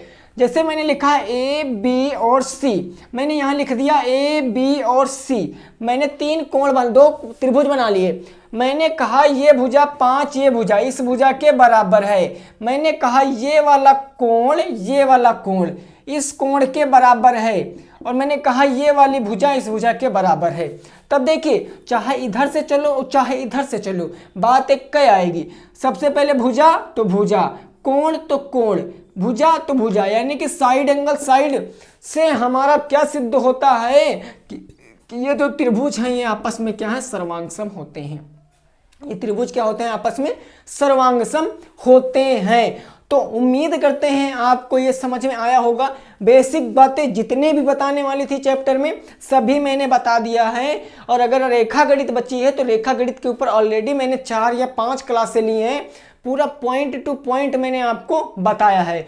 तो आशा करते हैं आपको समझ में आई होगी वीडियो। अगर समझ में आई है तो वीडियो को लाइक शेयर कमेंट कर देना, और याद रखना कल से इंपॉर्टेंट क्वेश्चन ही सॉल्व करेंगे, ठीक है ना। जो भी इंपॉर्टेंट लगता है वो आप सॉल्व कर सकते हो, जो नहीं समझ में आ रहा वो पूछ भी सकते हो, कमेंट बॉक्स हमेशा ऑन ही रहता है। तो मिलते हैं कल एक नए सेशन के साथ, तब तक के लिए सभी साथियों को good night, bye bye, take care, जय हिंद, जय भारत और वंदे मातरम।